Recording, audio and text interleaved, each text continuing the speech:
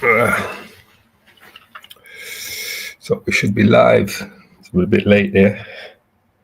Shalom, shalom, shalom. As always, first I want to give all the praises and the glory to the Heavenly Father, Yahweh, and to His only begotten Son, Yahweh Shai, who the world ignorantly calls Jesus Christ. Double honors to the apostles and to the elders of Great Millstone. Shalom to you, and shalom to the hopefully elect brothers and sisters of the house of Israel. As the scripture says, many are called, few are chosen. The chosen are the elect of the children of Israel. The Bible refers to them as the remnant or the saints. Today, we're going to go into a little bit of history, all right? We're going to tackle remnant or the saints. We're going to tackle the book of Daniel, chapter 11, all right? And we're going to do the whole chapter. The whole chapter of Daniel's chapter 11, we're going to go through today, all right? So, all praises and glory. Today is what? The 5th of May, 2025. We're quite a few, nearly halfway through the year. Can you believe it? Nearly halfway through the year. So, Daniel chapter 11, all right? So Daniel chapter 11, before we go into it, I'll give you like a quick synopsis. Daniel chapter 11 is basically, it's the prophetic history, as you can see from the title, which is given from the Persian to the Greek Empire and up into the reign of Antiochus Epiphanes, all right? Now, the accuracy of these prophecies will give courage to you Israelites, the elect should do, all right? But it was Daniel is telling the history ahead of its time, basically. This is why it's called prophetic prophecies, all right? So it's, we're going to go into it. We're going to go into it from verse 1. I think it's down to, that's it. Let me just check how many verses are in here. Verse 45. So get your pens and papers out, your pads and pens and paper, because we're going to be here for a little while tackling this whole chapter, because there's a lot of history in this chapter that we need to go into.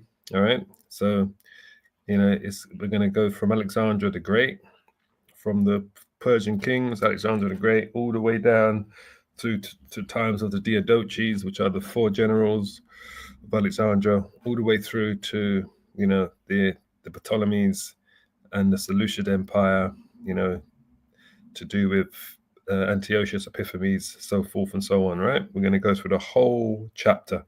Now, as I said before, the whole of the book of Daniel's chapter 11 has already taken place. There is not a single prophecy in Daniel's chapter 11 that's to come in these end times that we're living in. Every single prophecy in the book of Daniel's chapter 11 has been fulfilled, right? And we're going to take you through that step by step, verse by verse.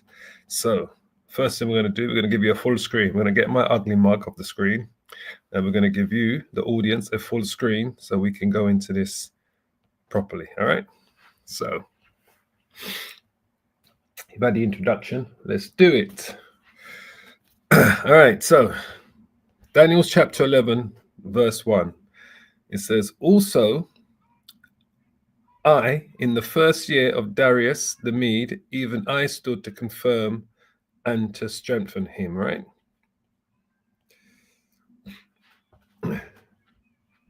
Now, it's the angel of the Lord that dictated these prophecies to Daniel, all right? That dictated these prophecies to Daniel in this, right? So Daniel is saying, basically, he stood firm to receive these prophecies from the angel of the Lord, all right? So verse 2, it says, and now I will show thee the truth, right? It says, behold, there shall stand up yet 3 kings in Persia, and the 4th shall be far richer than they all. And by his strength, through his riches, he shall stir up all against the realm of Grecia. Now, what we need to do now, we're going to identify who these 3 kings are and who the 4th king is that the angel was speaking about, that Daniel wrote about, basically in this verse 2 here, all right? So, the 4 kings, the 3 kings when it says there, but behold, there shall stand up yet 3 kings in Persia. All right. So the 3 kings are Cambyses II is the first king. The second one is they refer to him as his Poseido. They call him Smerdis, but he's also known as Bardia, right? Bardiya. And the third king, the third Persian king, is Darius the Great. All right. So, and then we're going to tackle the fourth. The fourth shall be far richer than all, and by his strength through his riches he shall stir up all against the realm of Grecia. All right. So the fourth king is Xerxes the First, also known as Ahasuerus in the book of Esther, chapter 1, verse 1. So let's just bring that information out first and foremost. All right. So this is the first king here. So the first king out of the 3 Persian kings is this person here, Cambyses II. All right. Now he did reign for a short while alongside Cyrus the Great. All right, Cambyses II, but it is Cambyses II who it's speaking of. All right. Now, because even I used to be a bit confused, thinking was it Cyrus the Great, basically in that, but I believe it is Cambyses II is the first king. All right. Of these 3 Persian kings that we're speaking of here in Daniel chapter 11, is Cambyses II is the first one. All right. So that's him there. We're not going to go into details of him because we don't need to. The second one was the successor. See here, Bardia. All right, also known as Smerdis, Smerdis. I think that was like a what they call it, like a Persuado. I think that's what they call it when you have a thing of a name like that. Persuado. I think that's what they call it, like like another name that they use for someone, like a false name. Use a number of times, yeah. So he was also known as Smerdis, all right, but his title was Bardia. Oh, there it says it there. So I didn't realize it there. There you go. Or Smerdis. See, there you go. It actually says it there. All right. So some people knew him as Smerdis. All right. That was the second of the Persian kings out of the 3 in Daniel chapter 11, verse 2 that we're dealing with, right? I'm going to hit each verse at a time. All right. So he was where was it? It says here. It says possibly died 522 BC, also known as Tanio Oxus, Old Persian, by Cyrus, was the son of Cyrus the Great and the younger brother of Cambyses II. All right, both Persian kings, as you can see here, the younger brother of Cambyses II. All right, so Cambyses II was the first king out of these 3 Persian kings. All right, so I don't believe it was talking about Cyrus the Great. It's talking about Cambyses II as these 4 kings that we're going to go into. All right, but he did reign for a short while alongside his father. So he was, as you can see, Cambyses II was the second king of the kings of Archimedean Empire. He was the son and successor of Cyrus the Great, and his mother was Cassandra. His relatively brief reign was marked by his conquest in North Africa, not in Egypt. All right. So you've got Cyrus the Great and Cambyses II, but it is Cambyses II that it's talking about. So the second one is Bardia and Smerdis, and then the third one is, where is it? Bardia. The third one should be, is it Darius the Great? I'm thinking of third king. So Darius. 1, 2, 3. Yeah, first, second, third, Darius the Great. Let's just put this here. Oh, we're on Darius the Great. Sorry, I didn't realize that. As I'm looking, I'm thinking, where am I? We're actually on Darius the Great. So this is the third one, Darius the Great. I was looking for him, but I didn't realize I actually had him up on the screen already. So lucky. That's me losing my mind there. So the third one is Darius the Great. All right, that's the third one. Darius the Great. So that tackles, when we go back to, so lucky for that, my family. I confused myself there. I didn't realize I was on Darius the Great's page already. So that tackles who the first three are. When it says, behold, there were three kings in Persia. Those were the three that is speaking about. Cambyses, the second Smerdis, also Bardidia, also known as Smerdis, and Darius the Great. Now the fourth king, it says, now there shall be a fourth, which shall be far richer than them all, and by his strength, through his riches, he shall stir up all against the realm of Gracia. All right. So the fourth king is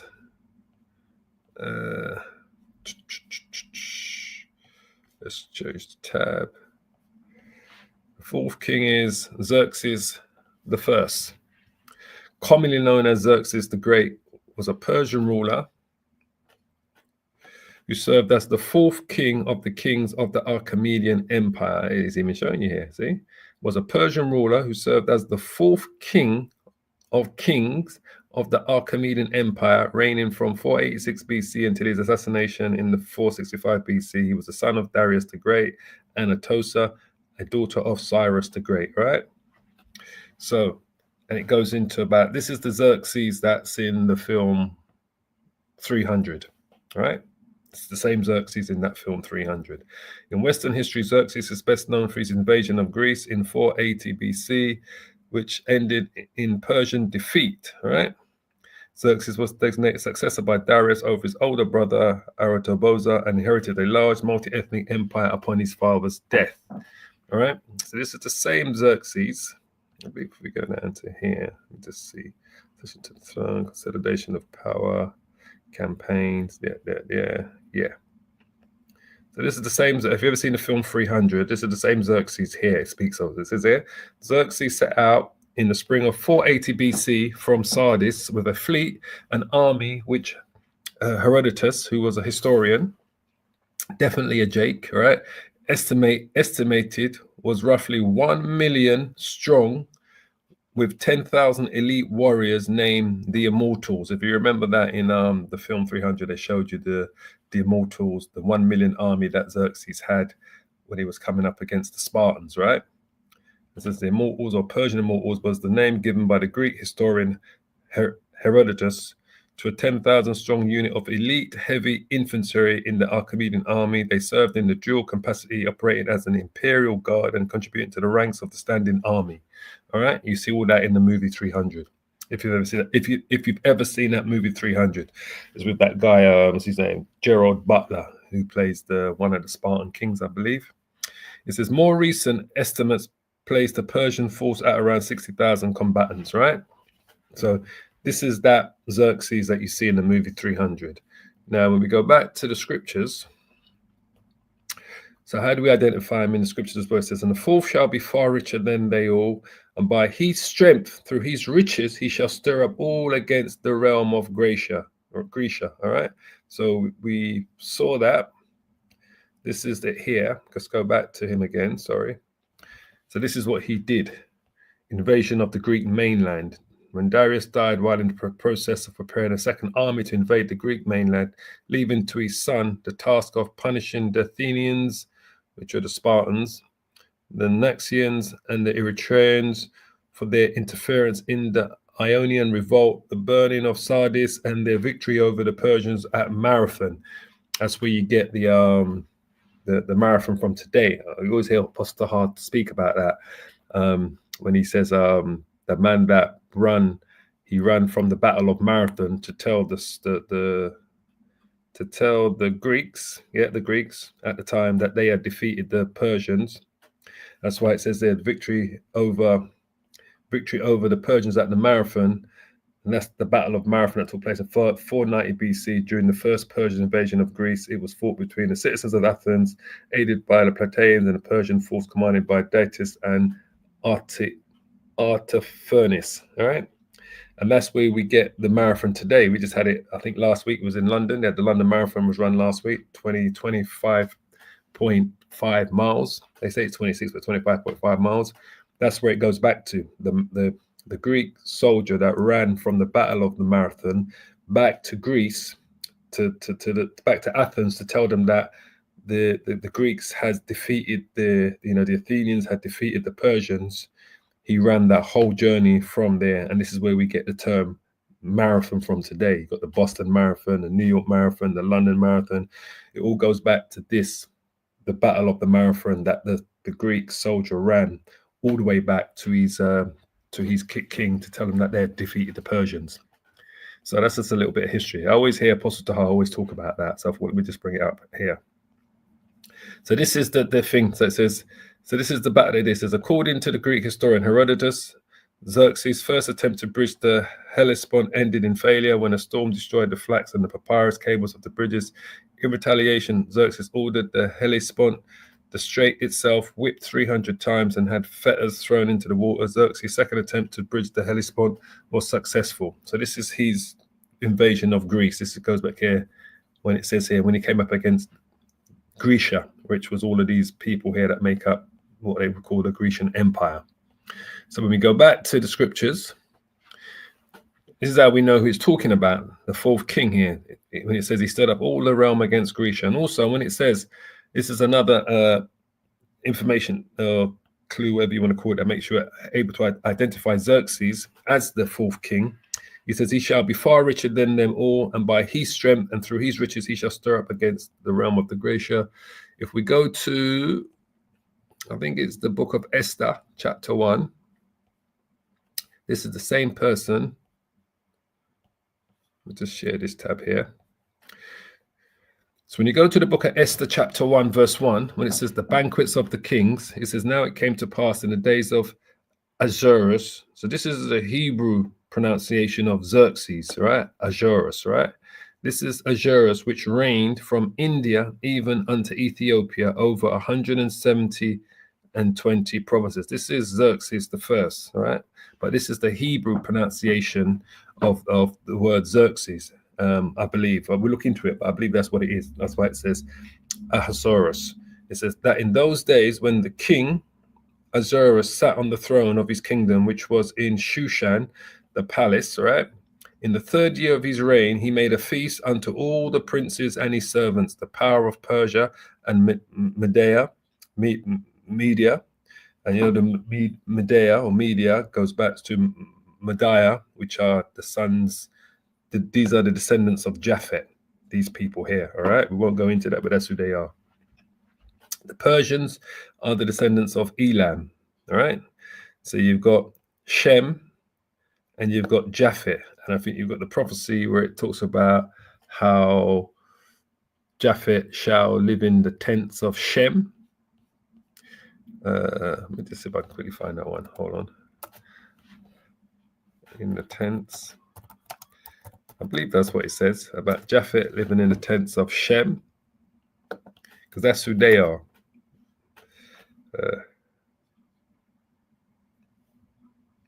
Yeah, here it is.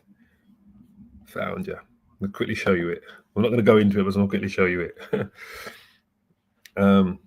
So this is Genesis chapter 9, verse 27. It says, the Most High Yahweh shall enlarge Japhet, all right, who are the original inhabitants of Europe, all right, the Japhetic people, and he shall dwell in the tents of Shem, all right, and Canaan should be his servant, all right, so he shall dwell in the tents of Shem. So remember, the Persian and the Medes came together, and the Medes go back to Japhet. So the sons of Japhet are, I think it should show you in the next one. It says the sons of, this is Cush. Yeah, here it is. Yeah, see, the sons of Japhet are Gomer and Magog and Mediah. Mediah, that's the Medes Empire. Those are the Medes, all right? Mediah. So that's the sons. So it says the sons of Japhet shall dwell in the tents of Shem, all right? So you see that with the, because remember, Elam, the Persians are Elam, go back to Elam. Elam are Shem, they're Shemites. The Persians are Shemites, all right? So just to kind of show you that. So when we go back to here, it says in the 3rd year of his reign, he made a feast unto all of his princes and his servants, the power of Persia and Media, all right? Because Persia became the head out of the two when they came together. And Media basically lived under the powers of the Persian Empire, dwelt, as it says in the prophecy, the sons of Japhet shall dwell in the tents of Shem. Persia are Shemites. Medea are Japhites, all right? And they did dwell because the Persia became, it talks about two horns and one above the other in Daniel 7, and the one that's above the other is the Persian Empire.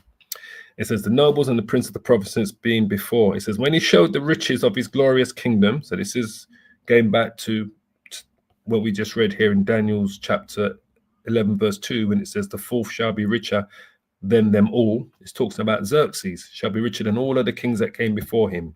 All right. That's why it says there, and when he showed the riches of his glorious kingdom and the honor of his excellent majesty in many days, even 180 days, right?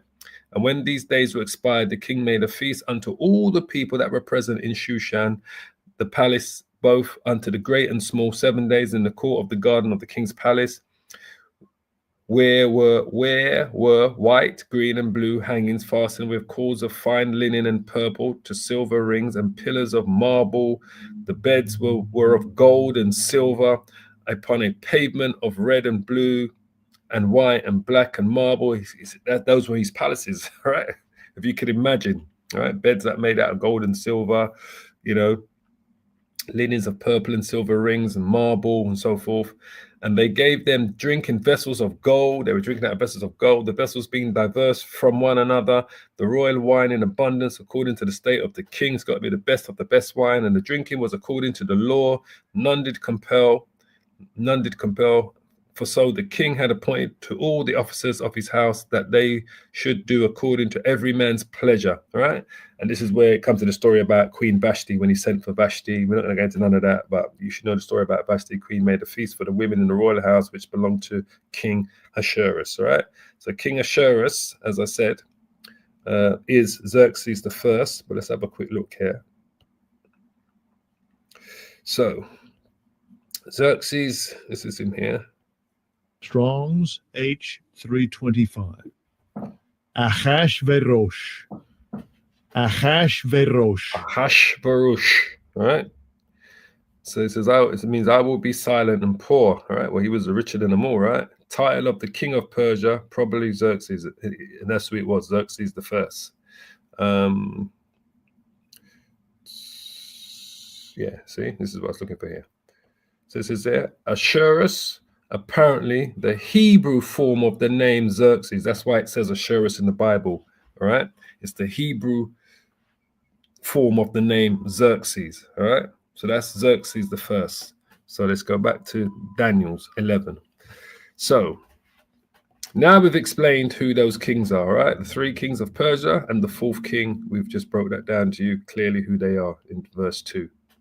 Now, verse 3, it says, and a mighty king shall stand up that shall rule with great dominion and do according to his will. All right. Now, that mighty king is Alexander the Great, the son of Philip of Macedonia. All right. He's known as the he-goat in the prophecies in Daniel chapter 8. Yeah, I think chapter 8, verse 5, and chapter 8, around verse 5. I believe that's it. All right. This is that mighty king. That's talking about this guy here. We're going to be here for a little while, like I said, so get your pens and pads out because we're going to break down the whole chapter today, Lord willing. This guy here, that mighty king is Alexander the Great, all right?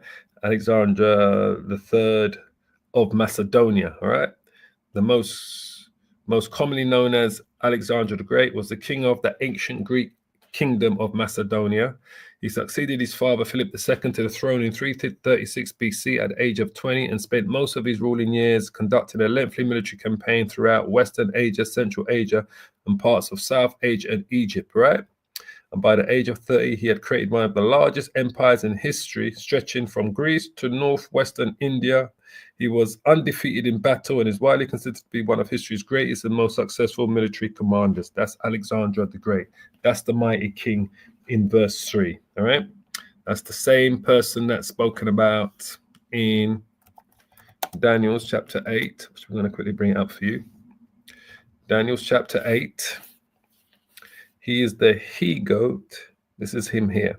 Daniel chapter 8, verse 5. This is that mighty king, right? And as I was considering, behold, as an he-goat came from the west on the face of the whole earth and touched not the ground, and the goat had a notable horn between his eyes, right? That he-goat is Alexander the Great.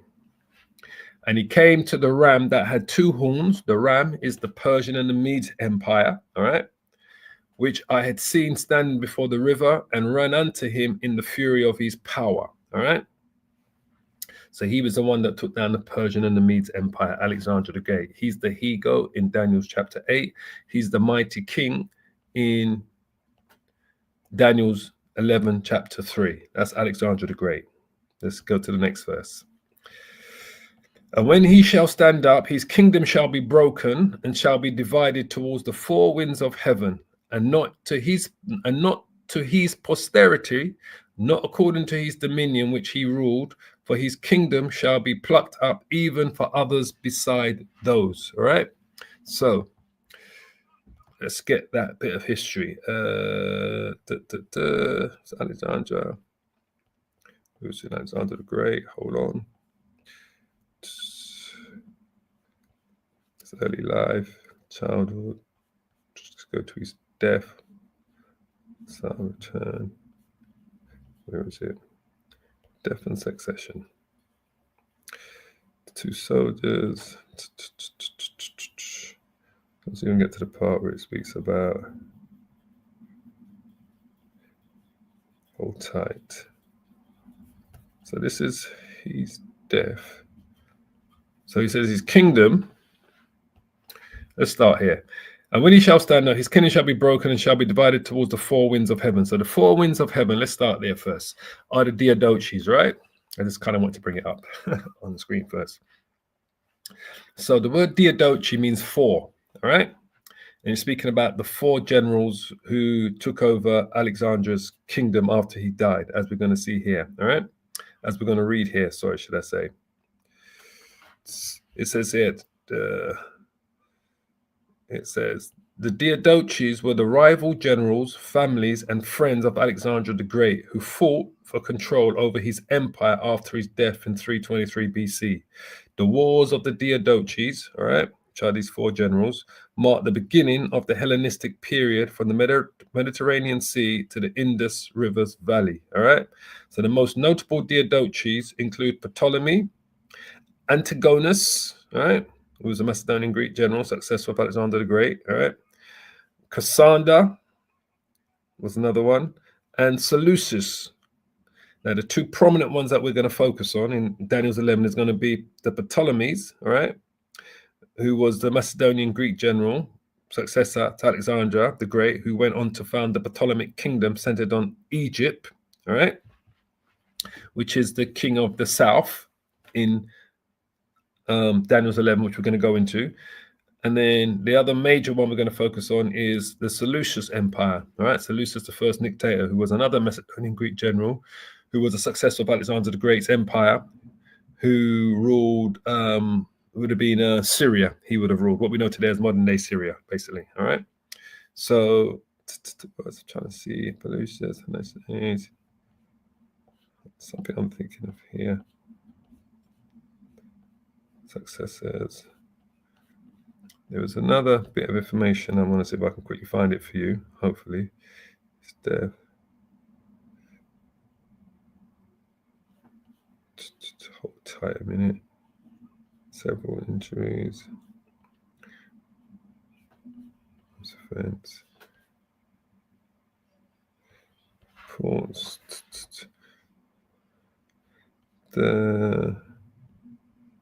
Let's quickly find it, because the other part I'm looking to see if I can quickly find to you is when it speaks of this here. When it says, and not to his posterity, and not according to his dominion which he ruled, for his kingdom shall be plucked up even for the others beside those. So all of his posterity were killed. His wife, Alexander's wife, and his children. I was just quickly trying to find the information where it shows you that. Alexander the Great's wife and his children were all killed. All right. That's why it says his kingdom did not go to his posterity, nor according to his dominion which he ruled. All right. Because all of his posterity was killed, his children. I'm just kind quickly see if I can find where it shows me that. Post deaths, poisoning. Because what the generals did between them, they wiped out all of Alexander the Great's posterity, so that none of them could rule. This is how they was able to divide up Alexander the Great's kingdom between the four of them, because they killed all of his descendants, his children, his wife. Everyone was wiped out from Alexander the Great's family line, so that none of his kingdom could go to any of his posterity. All right. I'm just going to say that actually says it here in Alexander's thing here during his death.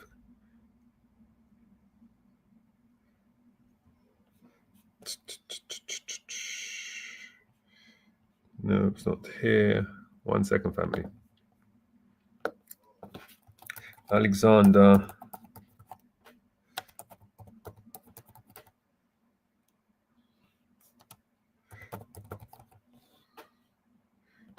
Hold on. So we killed.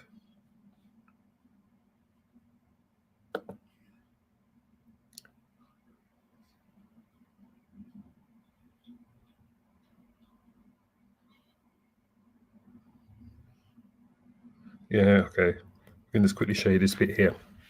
So this is his posterity was wiped out, right? Alexander the Great, legitimate son Alexander the Fourth, and his mother Roxana were assassinated by Cassander, all right, which is one of those four generals, right? When it speaks about his kingdom splitting between the four winds. And one of Alexander's generals in 309 BCE, Cassander sought to eliminate potential rivals to his own power after Alexander's death, right? So it says, Livsas also mentions that Cassander had Alexander's illegitimate son, Heracles, killed after a deal with Polyperm. So all of his posterity was killed off. All of Alexander the Great. Building power, yeah. All of his posterity was wiped out. Alexander the Great's posterity. Civil war, death.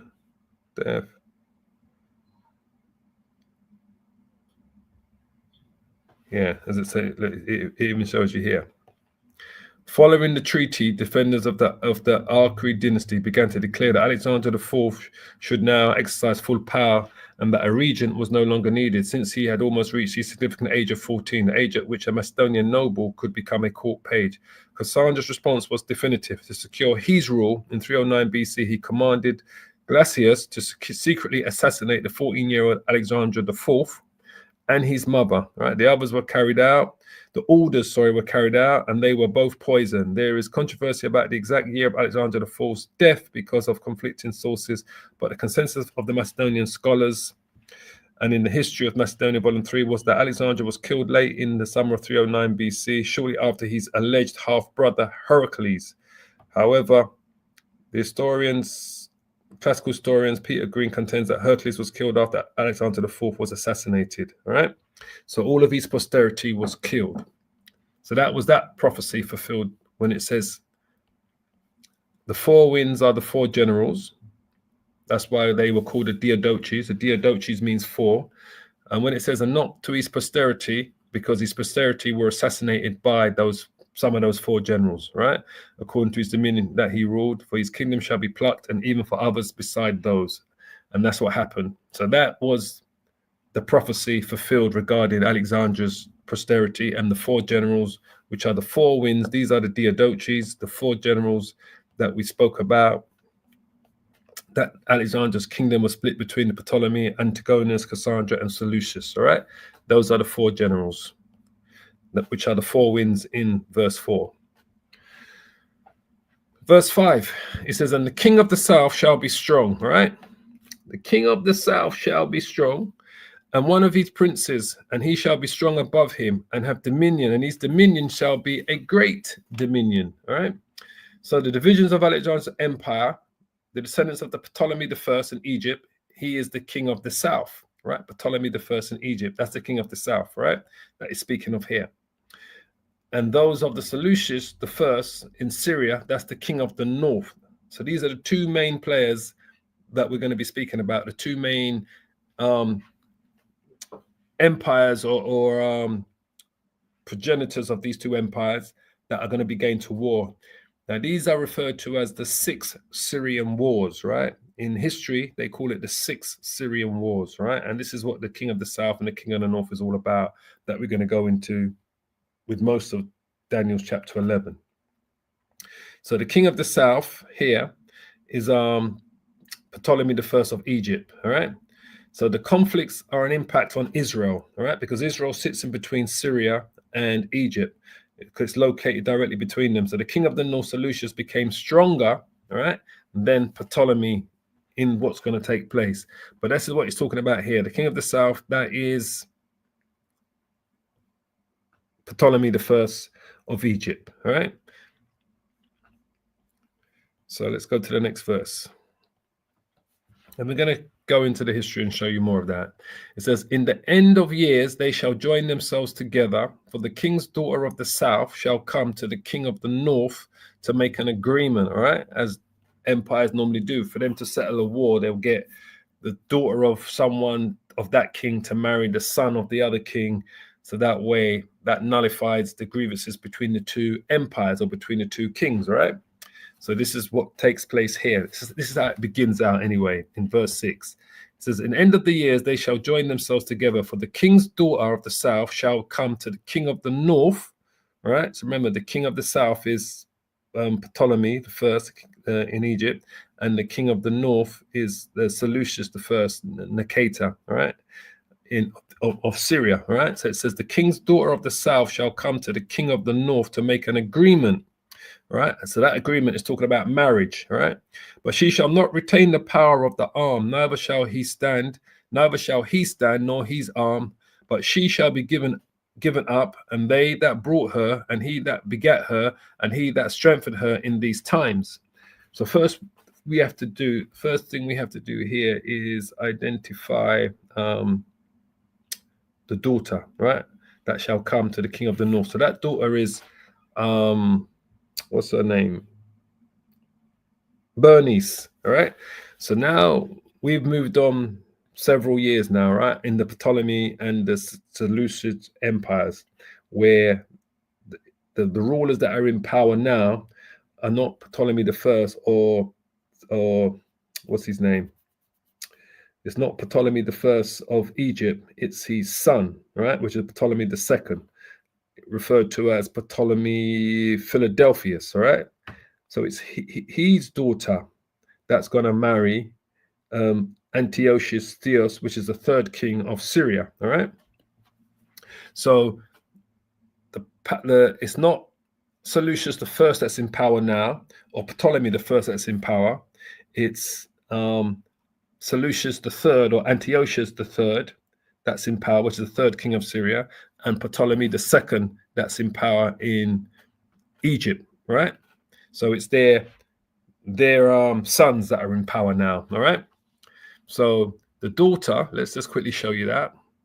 The daughter, this is her here. So the first part of the scripture, it says, and in the end of the years, they shall join themselves together, for the king's daughter of the south shall come to the king of the north to make an agreement. So that daughter is this young lady here, Bernice, Syria. That's who that's talking about. Bernice, also called Bernice Phernophorus or Bernice Syria, because she's the daughter of the king of the north, all right? Let's make sure I'm reading that right, because sometimes you get that confused. So let's go for the king's daughter of the south.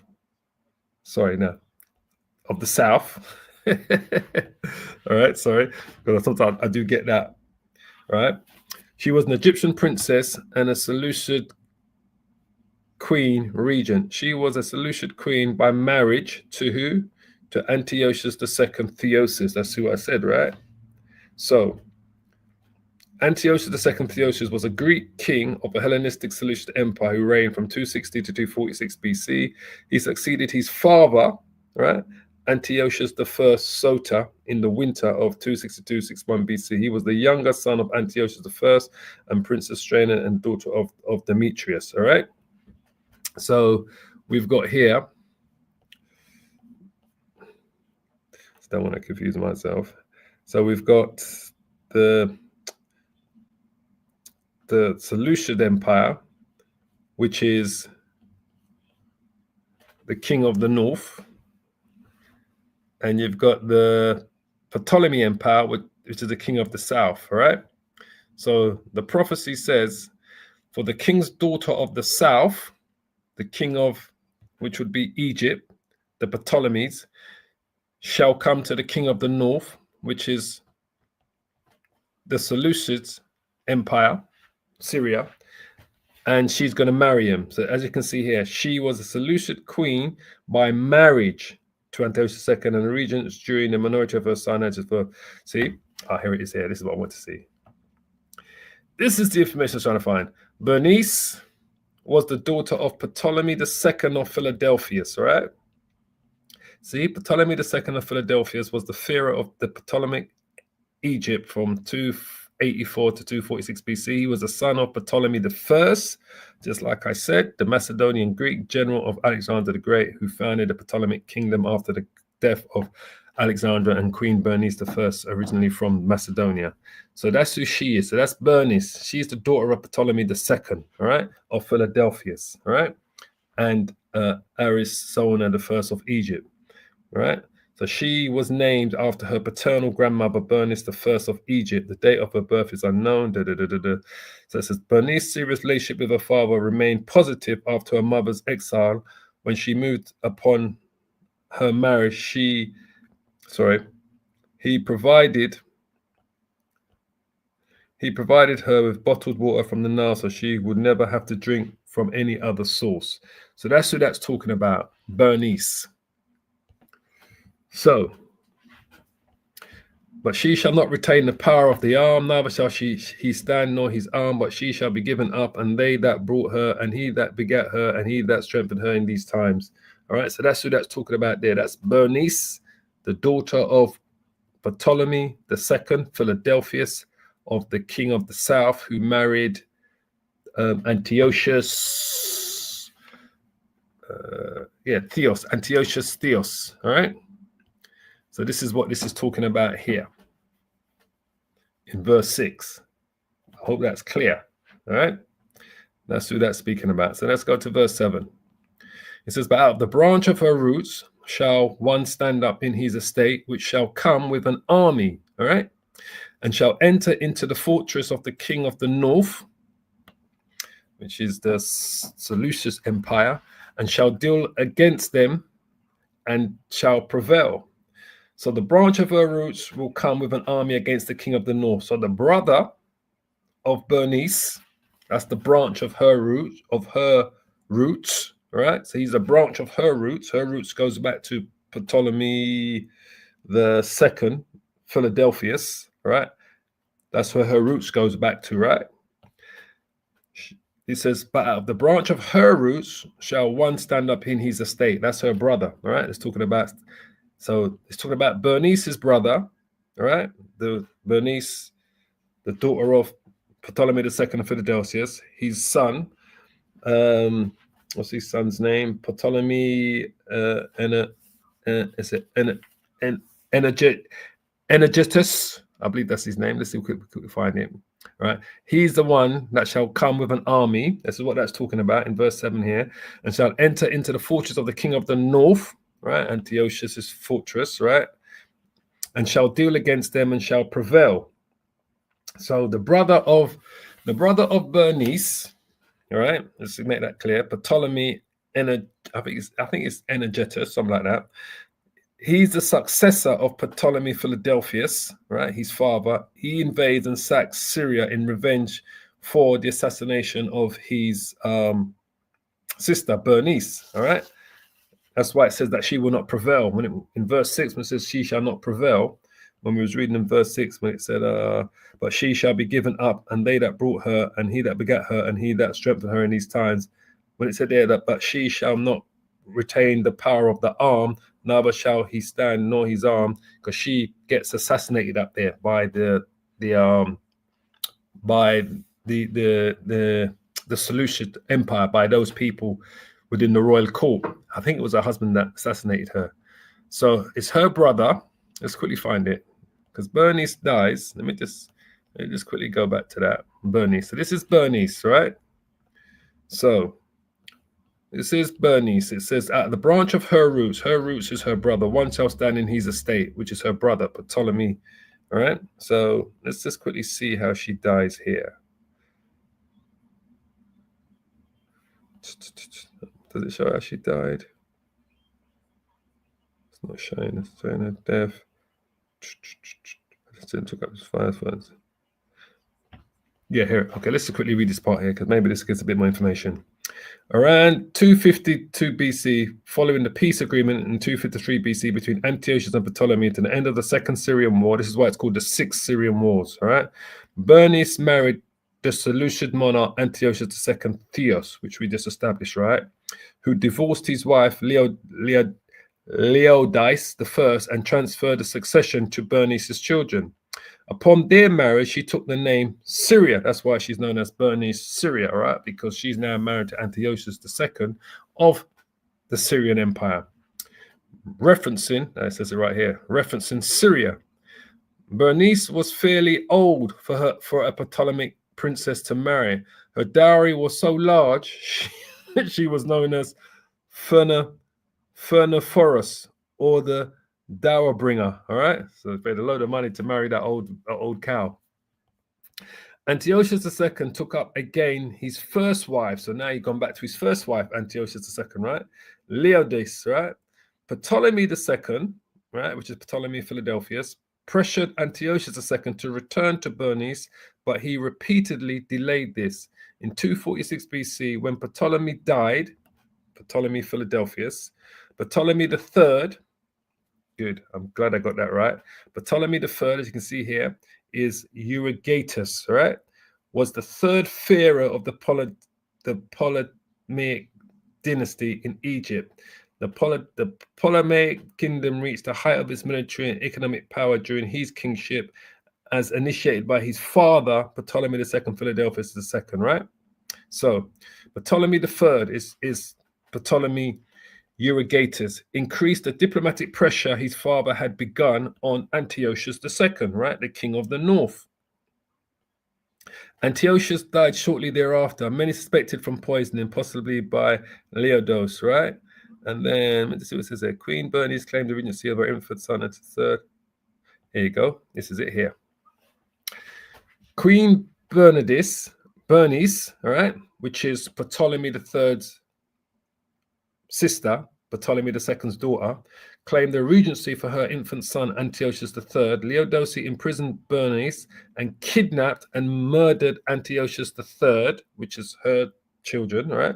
Bernice's children, placing her own son on the throne in a public confrontation with Antioch's chief magistrate, possibly about her son having been replaced with a lookalike. Leodice struck and killed Antiochus III. Bernice then pleaded with the assembled crowd for her son's life, not aware of his fate, gaining her sympathy from throughout the Seleucid cities. This sympathy marked her as a stronger foe and led her to execution, and led to her execution by Leodos. So Ptolemy III, all right, here it goes. This is the point we're trying to find. Raised an army and rushed to Antioch in an attempt to save his sister Bernice's life, right? But arrived too late. Bernice's female attendants conspired, eventually along with her brother, to publish falsified letters proving that Bernice was a liar so that Ptolemy III could seize Bernice's dowry. Ptolemy III set about to avenge his sister's murder by invading Syria and having Leodice killed. So that's a fulfillment of verse 7. Let's go back to it. I'm glad all that information was in one place. So verse 7 here, when it says, but out of the branch of her roots shall one stand up in his estate. That's Ptolemy III, right? Which we just read about, the brother of Bernice, which shall come with an army, as we just read. He came with his army and invaded Syria because he wanted to avenge the death of his sister, all right? And he wanted to kill Leodice, who was responsible for killing Bernice and her children, all right? Which was the first wife of Antiochus II Theos, right? So which shall come with an army, which is what he did, and shall enter into the fortress of the king of the north, which is what he did, and shall deal against them and shall prevail, which is exactly what we read here. This is what he did. When it says here, Ptolemy III set about to avenge his sister's murder, invading Syria and having Leodosi killed. All right. So that's verse 7. So all of this takes place here. She was killed by Leodosi, who was Antiochus III's, Antiochus II, sorry, his first wife. And she was responsible for killing Antiochus II as well, because he was forced to return back to Bernice for marriage, basically, in that. So she didn't want that to happen, Leodos. So she killed her husband, and then she imprisoned Bernice, killed her son Antiochus III. And once Ptolemy III got wind of all of that, after his father died, he set out to avenge his sister's life by invading Syria, and he prevailed with that invasion. That's the Second Syrian War. I believe that, because it says here, invading Syria. Yeah. So it says there, the Syrian wars were a series of 6 wars between the Seleucid Empire and the Ptolemaic Kingdom of Egypt, right? And I believe this war here was the second of the 6 Syrian wars that took place under Ptolemy III. This guy here. All right. So that's verse 7. So, and he did prevail. Verse 8, it says, and he shall also carry captives into Egypt their gods, with their princesses, and with their precious vessels of silver and gold, and he shall continue more years than the king of the north. All right. So, and when it says, and he shall also carry captives, all right, into Egypt their gods with their princes, that's Ptolemy III, right? Eugatus, who we just read about, king of the south, carries captives and gold from Syria. The king of the north, Antiochus III, which was would have been Antiochus II at the time, but he was killed, and Antiochus III was in power, which Bernice put in power, was her lineage, not Bernice, sorry, Leodosi put in power.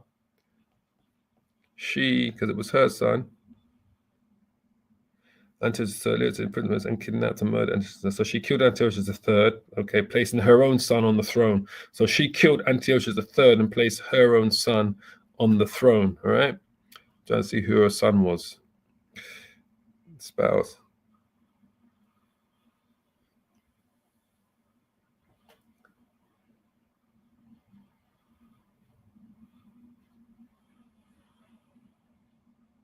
And so Seleucus II.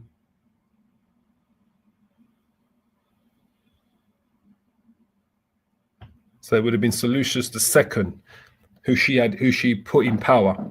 So that's Leodosis, the wife of Antiochus II's son, because she had killed Antiochus III, Bernice's son, all right, who was Antiochus II's wife, all right.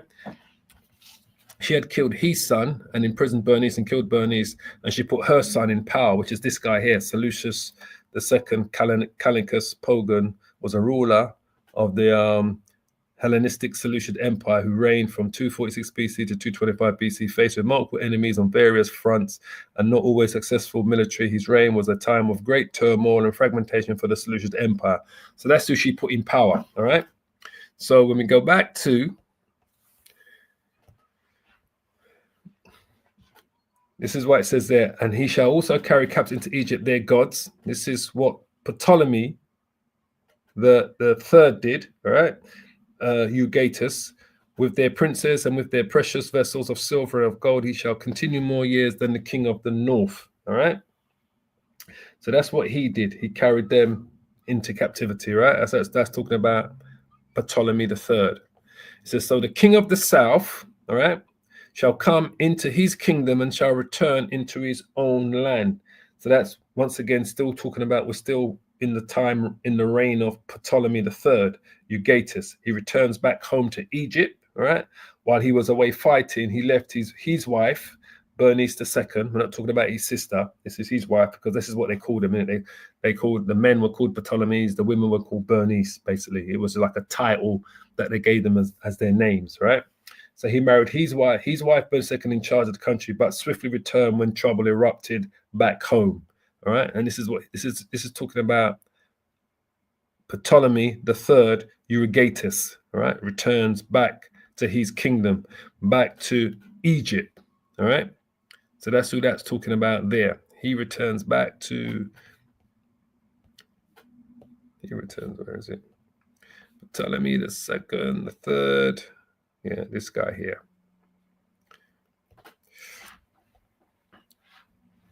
So verse 9, again, we're talking about the same Ptolemy, the brother of Bernice, all right, who went and sacked Syria, all right? Him, this guy here. He returns back home to Egypt because he was away fighting, as we showed you. He invaded Syria, and he left his wife Bernice II in charge back in Egypt. He left her in charge, but there was like trouble back home, so he was forced to return back home, basically back to Egypt. All right. So kingdom, military, economic power during the kingdom of Ptolemy II. That was this. Son of Ptolemy II the first. Yeah, see, look, so it's only here. On his succession, Ptolemy III married Bernice II, all right, of Euergetes, all right, reigning queen of Cyrenaica, thereby bringing her territory into the Ptolemaic realm. So in the Third Syrian War, Ptolemy III invaded the Seleucid Empire and won a near total victory. So it was the Third Syrian War when he invaded Syria, not the Second Syrian War, what I said earlier. It was the Third Syrian War. That's a correction. I thought it was the Second Syrian War that he was involved in, Ptolemy III, right? Euergetes. It's the third one, it says there, the Third Syrian War. Ptolemy III invaded the Seleucid Empire and won a near total victory, but was forced to abandon the campaign as a result. Hey, look at that, it's beautiful. As a result of an uprising in Egypt. In the aftermath of this rebellion, Ptolemy forged a closer bond with the Egyptian priestly elite, which was codified in the Canopus Decree of 238 BC and set a trend for the Ptolemaic power in Egypt for the rest of the dynasty. All right, so this is here. It was the Third Syrian War, but he had to return back to Egypt because there was a rebellion, as you can see.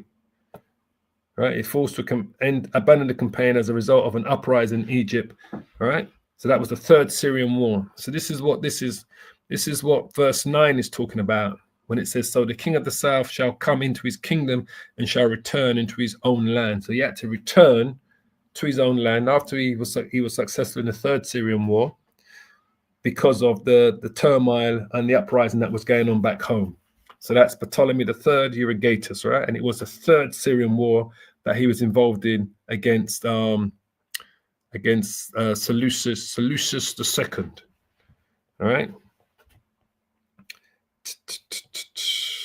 So let's go to the next verse. Let's go to Shalom to the Akiyams on the comment board.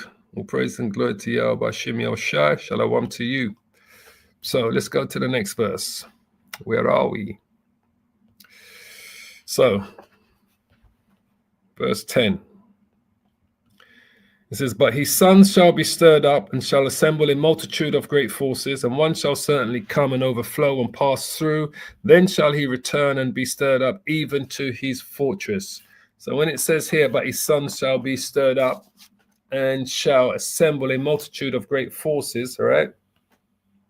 So that's the son of Ptolemy III, all right? So it's talking about Ptolemy IV, Philopator, right? The son of Ptolemy III and of Bernice II. He was the fourth pharaoh of the Ptolemaic, or they say the Ptolemaic Empire of Egypt, right? From around 220 odd BC, roughly about 220 BC, right? He came into power. And that's when we kind of saw the decline of the Ptolemy dynasty began under the reign of Ptolemy IV. All right. So that's what it's talking about here. So here it says the son, "But his son shall be stirred up and shall assemble a multitude of great forces, and one shall certainly come and overflow and pass through. Then shall he return and be stirred up even to his fortress." So that is talking about, where is it gone? So his son is, we're just talking about this guy here, Ptolemy the Fourth, Philometor. That's the son of Ptolemy the Third. All right. That's what verse 10 is talking about. And this particular son here, which says he shall be stirred up.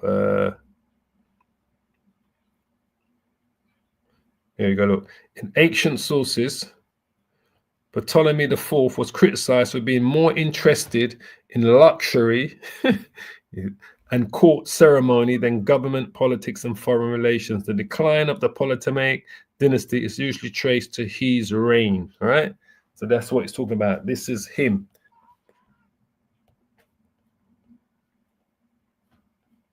So verse 10 is talking about Ptolemy the Fourth. Let's go to verse 11. It says, and the king of the south shall be moved with choler, all right, and shall come forth and fight with him, even with the king of the north, all right. And he shall set forth a great multitude, but the multitude shall be given into his hand. So the king of the south is Ptolemy Philopator, who we just looked at. He's going to gather his own army, and he's defeated by the king of the north, Antiochus the Great, right? I believe it's Antiochus the Great. So the king of the south, let me just see, is that who he was defeated by? His reign, the Fourth Syrian War.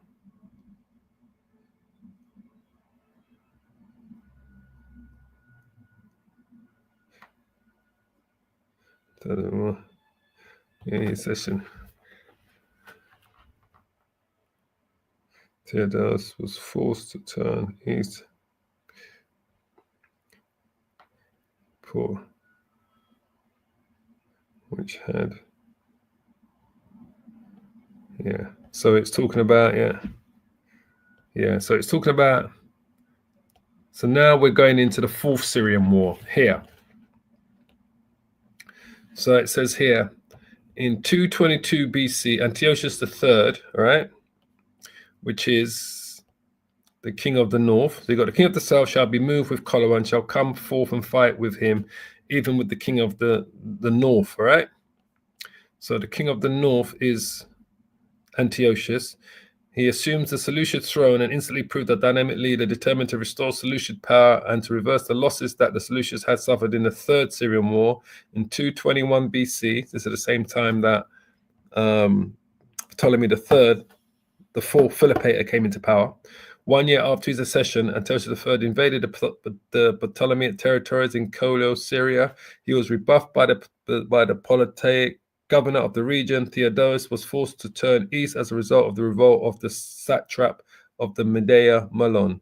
So it says here, in spring 2019, Antiochus III tried again, attacking and capturing the key port city and hearth of the Seleucid dynasty, Seleucid Pera, which had been under Politaic control since 246 BC. Immediately after this, Theodosius, who had become unpopular at the Ptolemaic court, switched to the Seleucid side, bringing Syria and a large portion of the Ptolemaic fleet with him.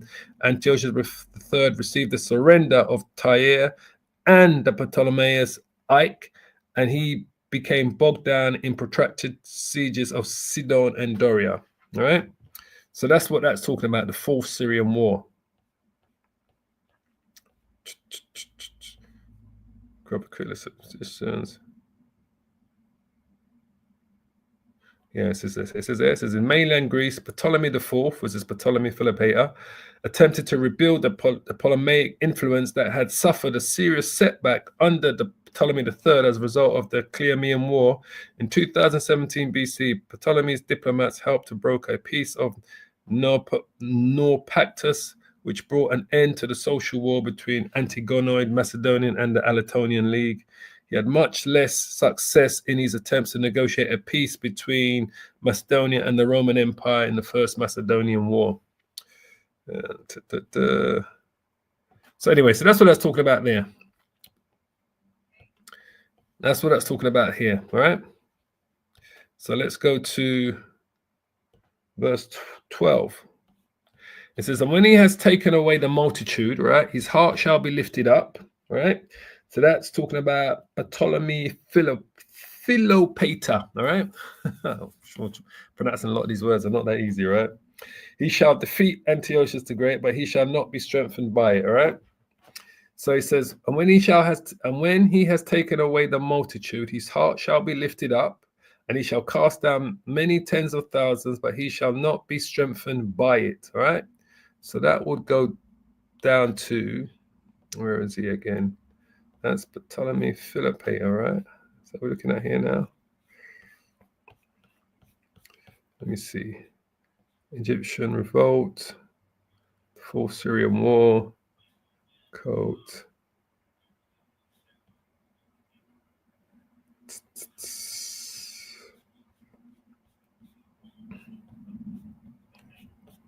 Is it here? I'm trying to quickly see it here. That's the revolt. Punic War. Because that's who he defeats against other enemies. States. We'll focus on. Switzerland. Because that's what it's called. That's when he defeated Antiochus. All right, the fourth king. For the king of the north shall return.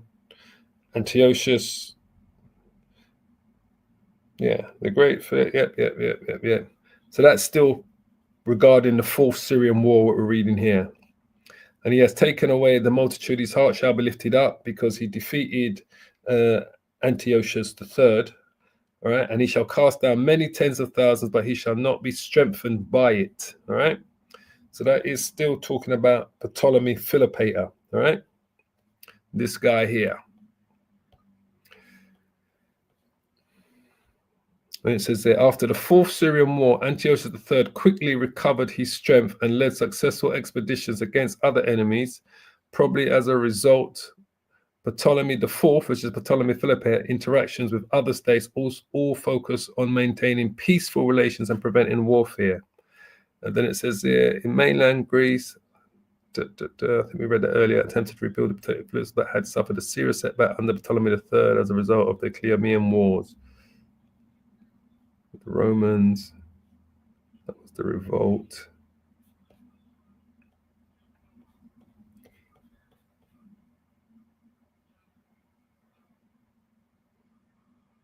Yep. So this is, yeah.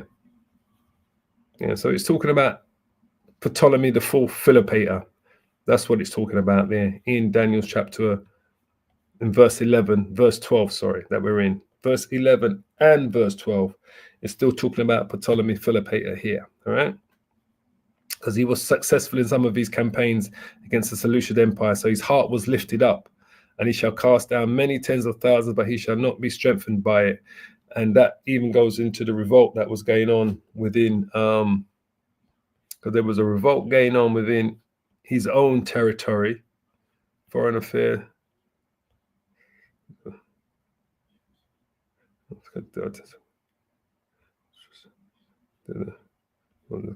Yeah. Because there was a revolt going on. You see here?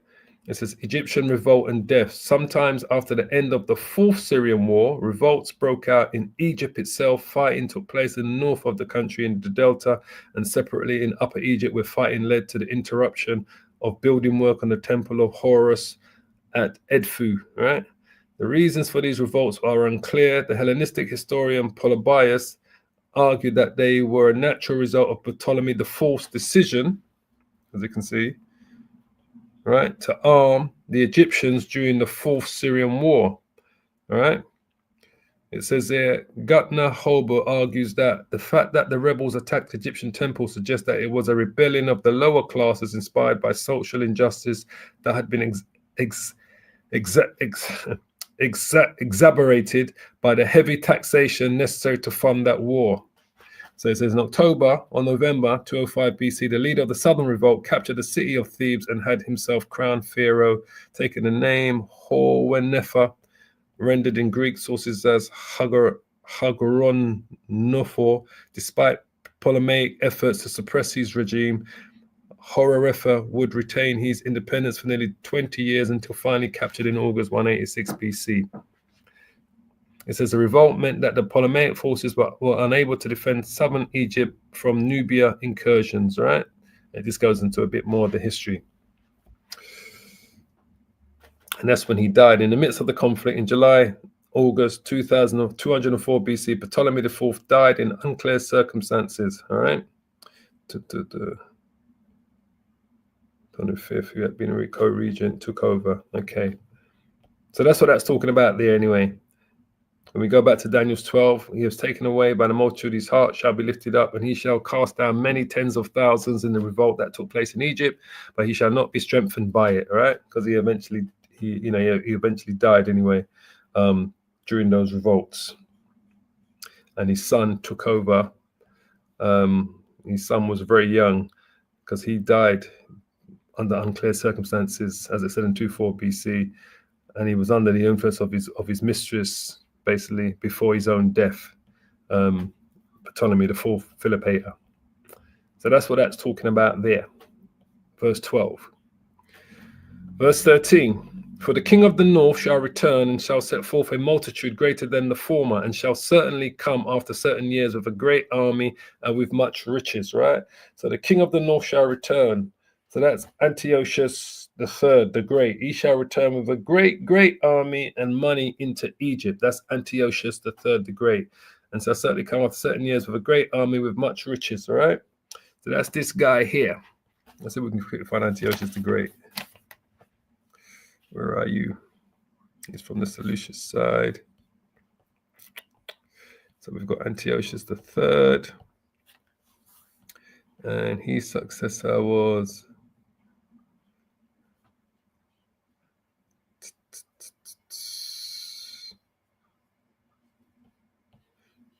Philopator. Here he is. Antiochus III. Yeah, okay, yeah. Yeah. So that's Antiochus III, the Great. That's this dude here.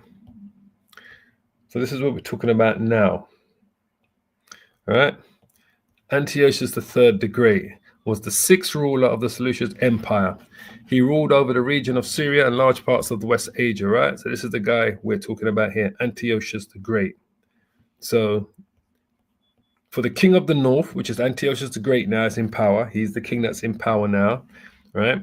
Shall return and shall set forth a multitude greater than the former, and shall certainly come after certain years with a great army and with much riches, all right? So that's this guy here. Let's just quickly go early wars.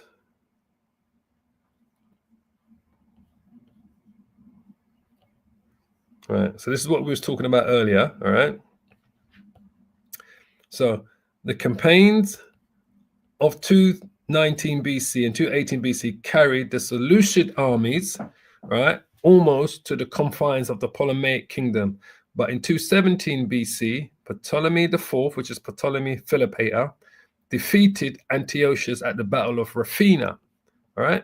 So when we was reading in verse 12, when it says he had taken away the multitude, his heart was lifted up because he had defeated Antiochus the Great in the Battle of Raphina, all right? In verse 12, when we was reading in verse 12 about Philopator, let me just quickly go back there, so I'll quickly show you.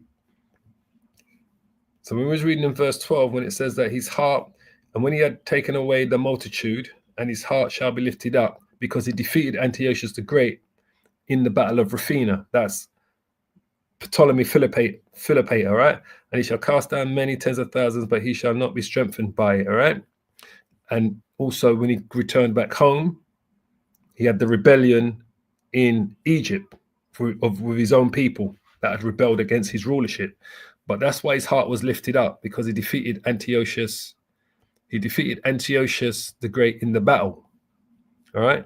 And then it says this defeat nullified all Antiochus' successors and compelled him to withdraw north of Lebanon. And in 216 BC, his army marched into western Anatolia to suppress the local rebellion by Antiochus' own cousin Archaeus, and had by 214 BC driven him from the fields of Sardis. All right. And then it says, so we get back to it, says here, capturing, go government had performed tolerant the north, and then he comes back. Let's also see where he comes back for the Ptolemies.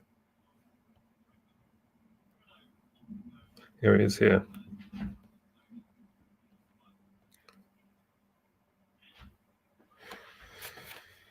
Right.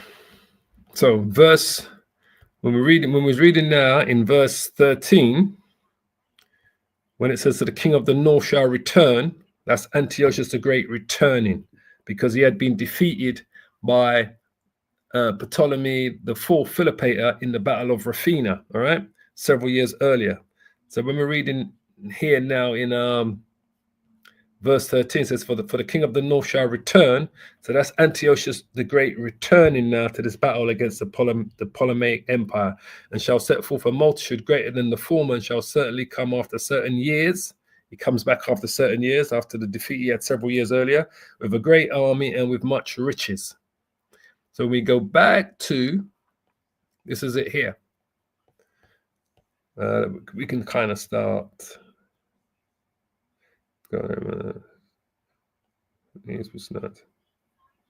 Okay, let's start from here. It says, from the Seleucia on the Tigris, he led a short expedition down the Persian Gulf, right, against the Gerhanians of the Arabian coast in 205 to 24 BC. Antiochus seemed to have restored, you see, the Seleucid Empire in the east, which earned him the title of the Great. So that's where he gets the name from, Antiochus the Great, right? Which is Antiochus Magus, which means Antiochus the Great. That's how he got that name, right? Because now his army were much more drilled and much more battle hardened and successful in their wars now. In 205 BC, the infant Ptolemy the fourth Epiphanes, that's the son of Ptolemy the fourth Philopator. So the infant Ptolemy the fifth Epiphanes succeeded to the Egyptian throne, right? Because he was a young boy, about 6 or 8 years old when he succeeded to the throne, right? And Antiochus is said, notably by Polybius, who's a historian, to have concluded a secret pact with Philip V of Macedonia for the partition of the Ptolemaic possessions. Under the terms of the pact, Macedonia was to receive the Ptolemaic possessions around the Aegean Sea and Syria, while Antiochus would annex Cyrus and Egypt. Once more, Antiochus attacked the Ptolemaic province of Colo-Syria and Phoenicia, and by 199 BC, seems to have had possession of it before the Anatolian leader Scopus recovered it for Ptolemy. But that recovery proved brief, for in 198 BC, Antiochus defeated Scopus at the Battle of Paneum near the sources of the Jordan, a battle which marks the end of the Ptolemaic rule in Judea. Because remember, Israel sits in between all of that, between Syria and Egypt. We're in the middle. So, there was always fighting for the rulership over the promised land, right, and over our people, basically, and to have one have one of the two rulers, whether it's the king of the north or the king of the south, to be subjugated by the other. So it was always for that power over Israel, and to have one of the two kings of the king of the north, the king of the south. The Seleucids wanted the Ptolemies under their rulership, to be a tribute to them, while the Ptolemies wanted the Seleucid Empire to be a tribute, to be like a vassal state to them. And at the same time, they was always fighting over Jerusalem, Judea, Israel, because that sat in the middle of the two kings' territory, and that basically, all right. So that's what that verse is talking about here. The king of the north returns. That's Antiochus the Great. And so I set forth a multitude and greater than the former, and shall certainly come after certain years with a great army and with much riches. And that's exactly what we saw there, what Antiochus did, basically. All right. So verse 14. It says, and in those times there shall many stand up against the king of the south. All right. Also the robbers of thy people shall exalt themselves to establish division, but they shall fall. So the king of the south of the Seleucid Empire shall do battle with the king of the north, Antiochus the Great. The robbers of thy people, Seleucus at that time, he controls Israel now. All right. So he's the robbers of the Lord's people, which is the king of the north. All right. Under Antiochus the Great. That's why it says Also the robbers of thy people, of the Lord's people, shall exalt themselves to establish the vision, but they shall fall. So this is kind of, we're going to come into the times of the Maccabees, all right, just to make you understand. But Antiochus the Great is the robbers of our people. It starts with him, right, with Antiochus the Great, because now he controls, I believe he takes control of Judea. What does it say here?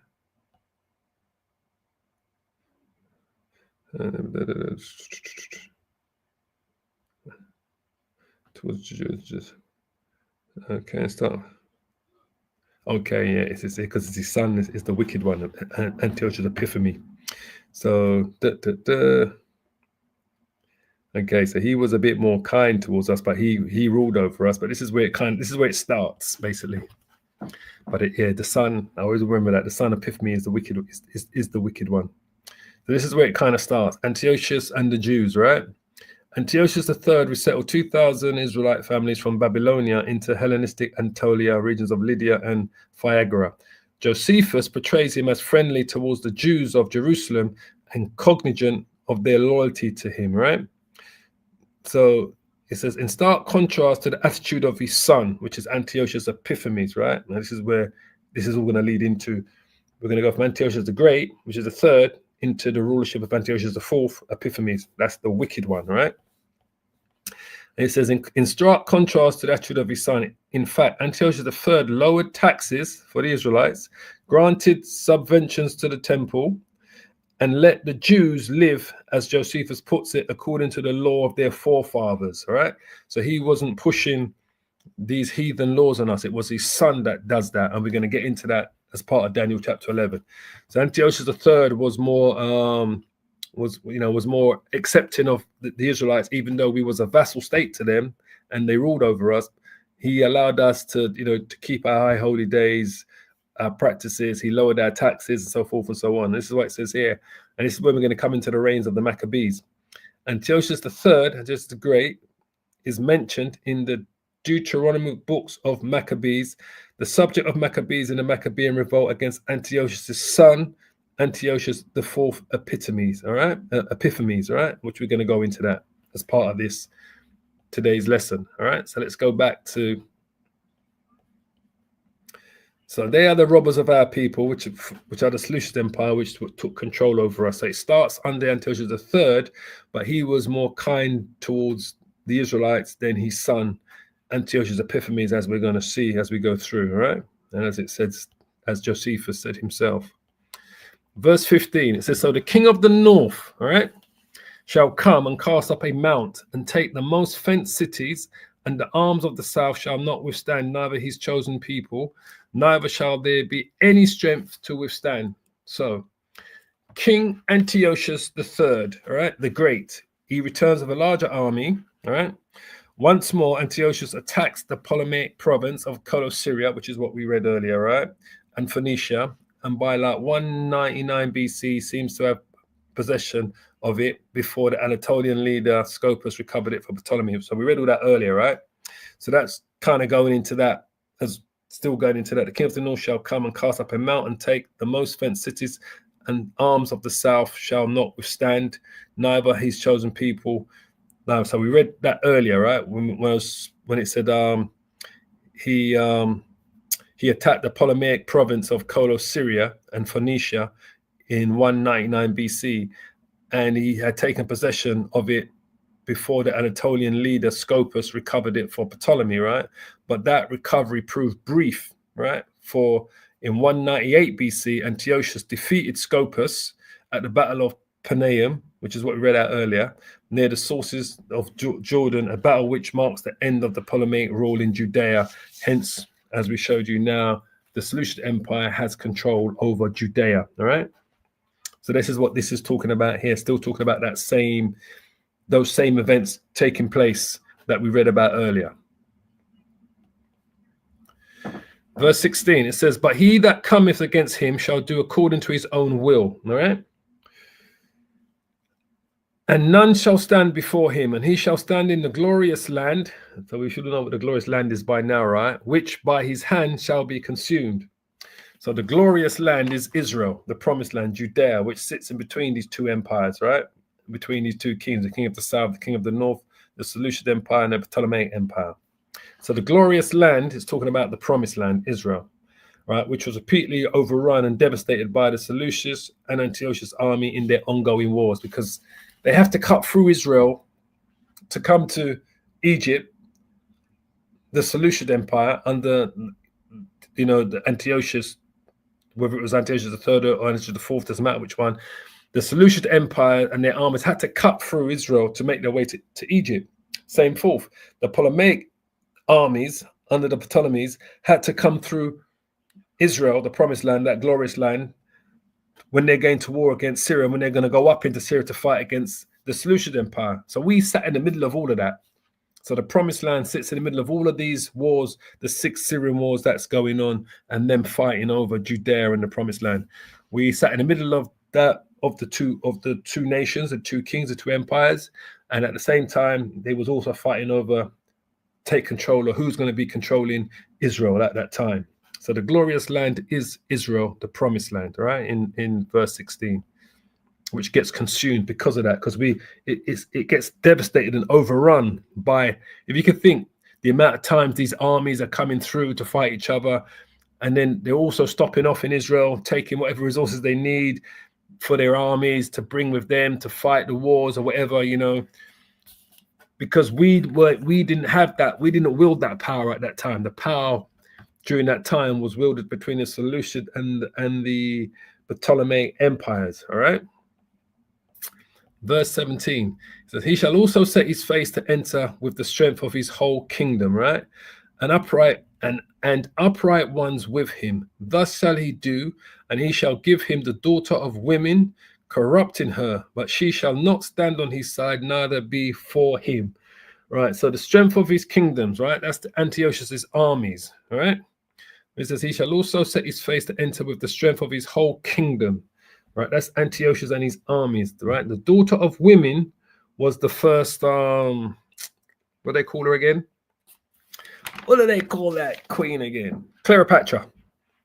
So the daughter of women was the first Cleopatra, because Cleopatra is a title, right?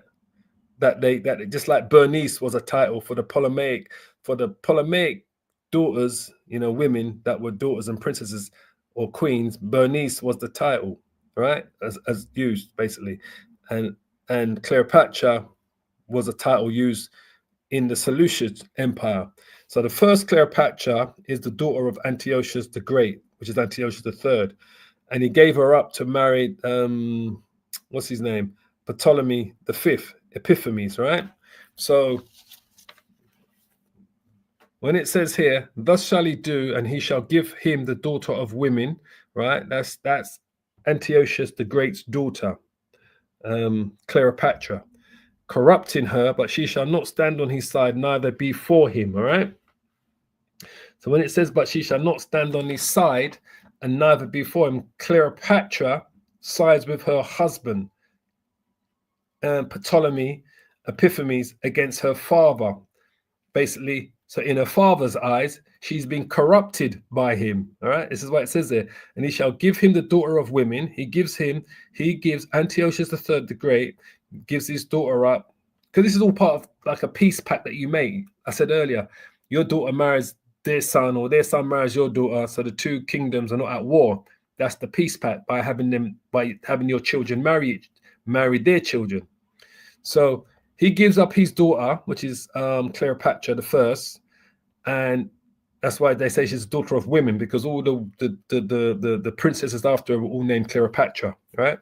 Corrupting her. So her husband is what's his name?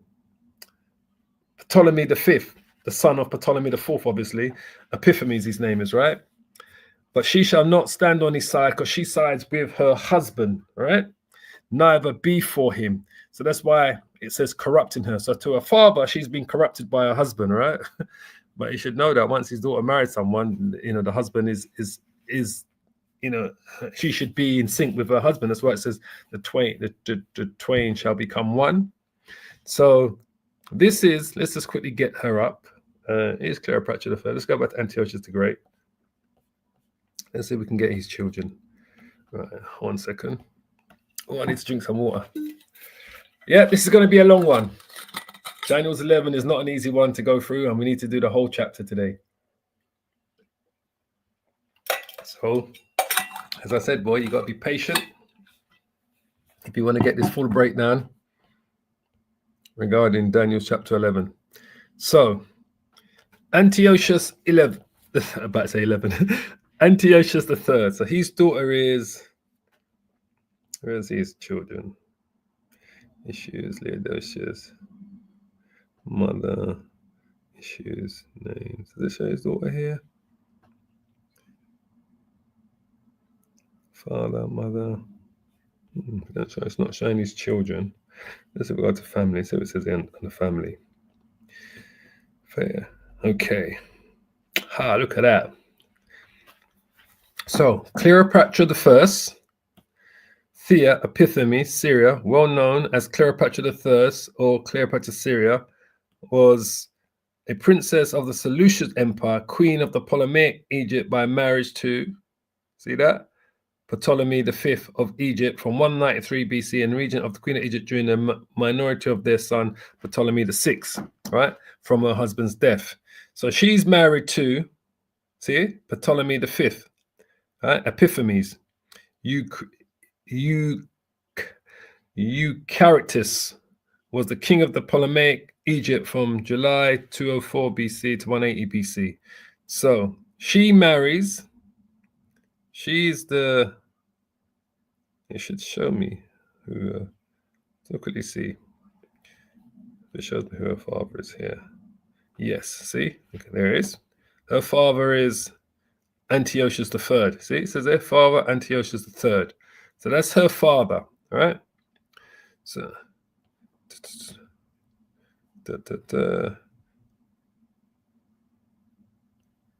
here you go, look at that, it's beautiful. Exactly what I wanted. So, in 197 BC, Antiochus III had captured a number of cities in Asia Minor, previously under the control of the Ptolemaic Kingdom of Egypt. The Romans supported the Egyptians' interests when they negotiated with the Seleucid king in Lysimania in 196 BC. In response, Antiochus III indicated his willingness to make peace with Ptolemy V, right? And to have his daughter Cleopatra I marry Ptolemy V. They were betrothed in 195 BC and their marriage took place in 193 BC in Raphia. At that time, Ptolemy V was about 16 years old and Cleopatra I, there you go, for you. Don't let the IUIC see this. They'll lose their mind. Seriously. It says, at that time, Ptolemy V was about 16 years old and Cleopatra I was about what? See that? 10 years old. Cleopatra I. Come on, tell you how I see this, boy, they lose their mind. Later on, Egypt's Ptolemaic kings were to argue that Cleopatra I had received Syria as a dowry and therefore his territory again belonged to Egypt. It is not clear if this was the case. However, in practice, Syria remained a Seleucid possession after the Battle of Panaea. Part of the cult, she honored her husband. So this is it. In Alexandria, Cleopatra I, all right, was referred to as the Syrian. As part of the Ptolemaic cult, she was honored with her husband as Thea Epiphanes, in line with ancient Egyptian tradition of siblings marriage. She was also named sister of Ptolemy V, a synod of priests held by the Memphis in 185 BC, and granted Cleopatra all the honors that had been given to Ptolemy V in 196 BC. And she became the regent queen. Yeah, so she decided, because he died unexpectedly in September, and at the age of only 30, Cleopatra's son Ptolemy VI was only 6 years old and was immediately crowned king, and Cleopatra his regent. She was the first Ptolemaic queen to rule without her husband. In documents from this period, Cleopatra is named Thea Epiphanes, and her name appears before Ptolemy's. Coins were minted under the joint authority of her and her son.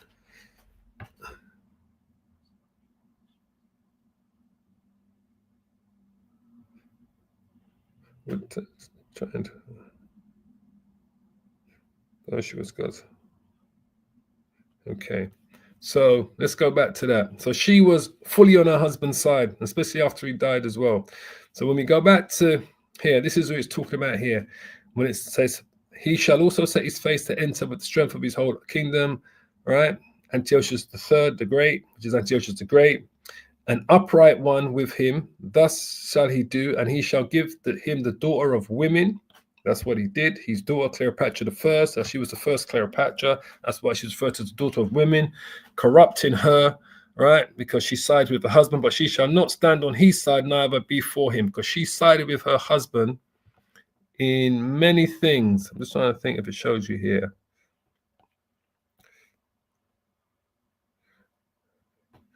Into the war preparations.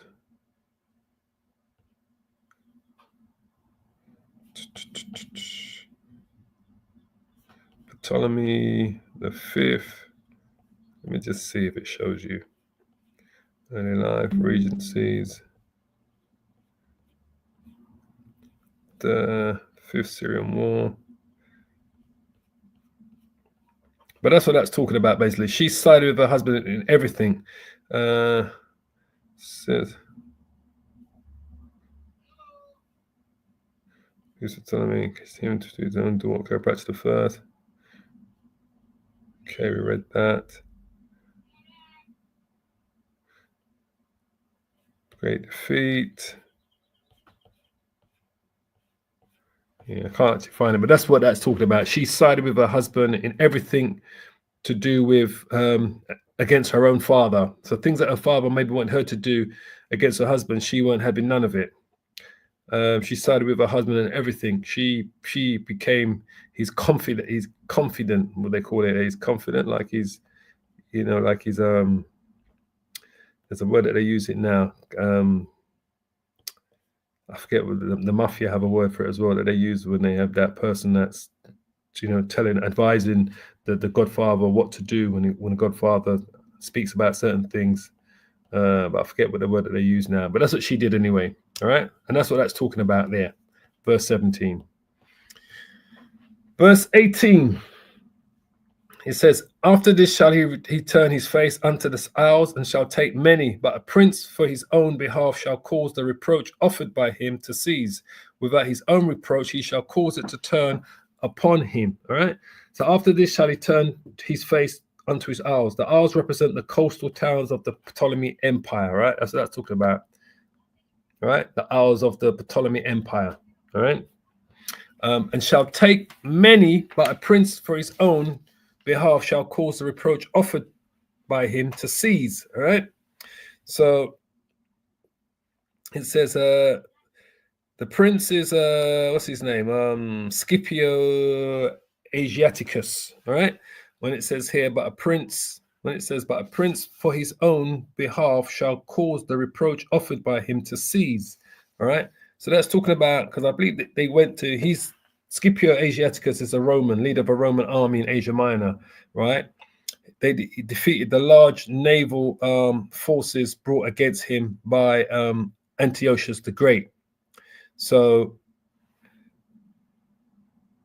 the Ptolemy had like a thingamabob, what they call it, like a bond, like an agreement with the Romans. So the leader of the Roman army, Scipio Asiaticus, in Asia Minor, he defeated the large naval forces brought against him by Antiochus the Great, right? And that's what he did. I think that's in First Maccabees. Let's get another. Hold on. I think it speaks about it in First Maccabees. 1 second. First Maccabees. First Maccabees, I want. Chapter 8. Let's see what's there.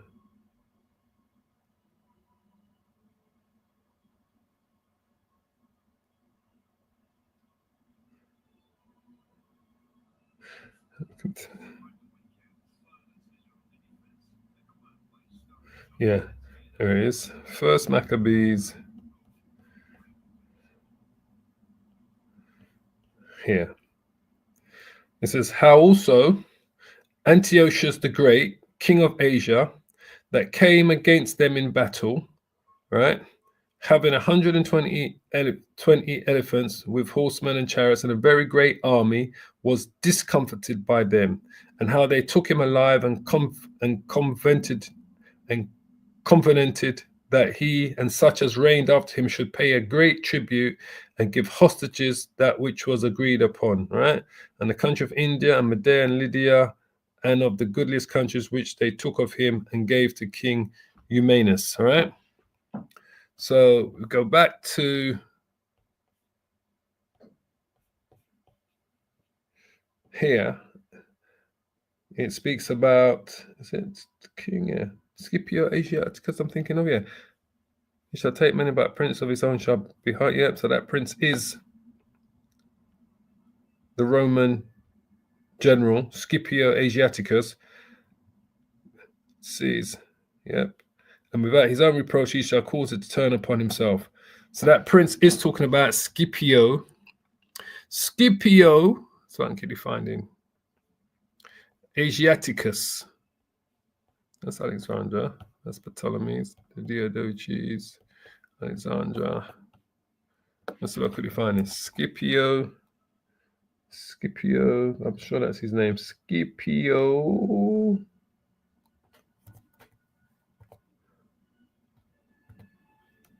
P-O-A-S. Yeah, that's the Roman general I'm thinking of.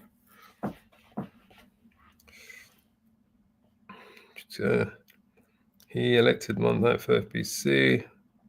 So I'll see if it shows you his things, councils, political fool. It's not really showing you, but this is the guy here.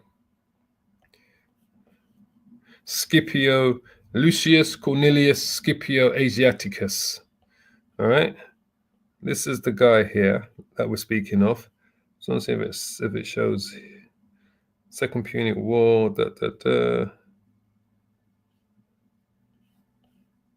190 BC of the Gaius Latius.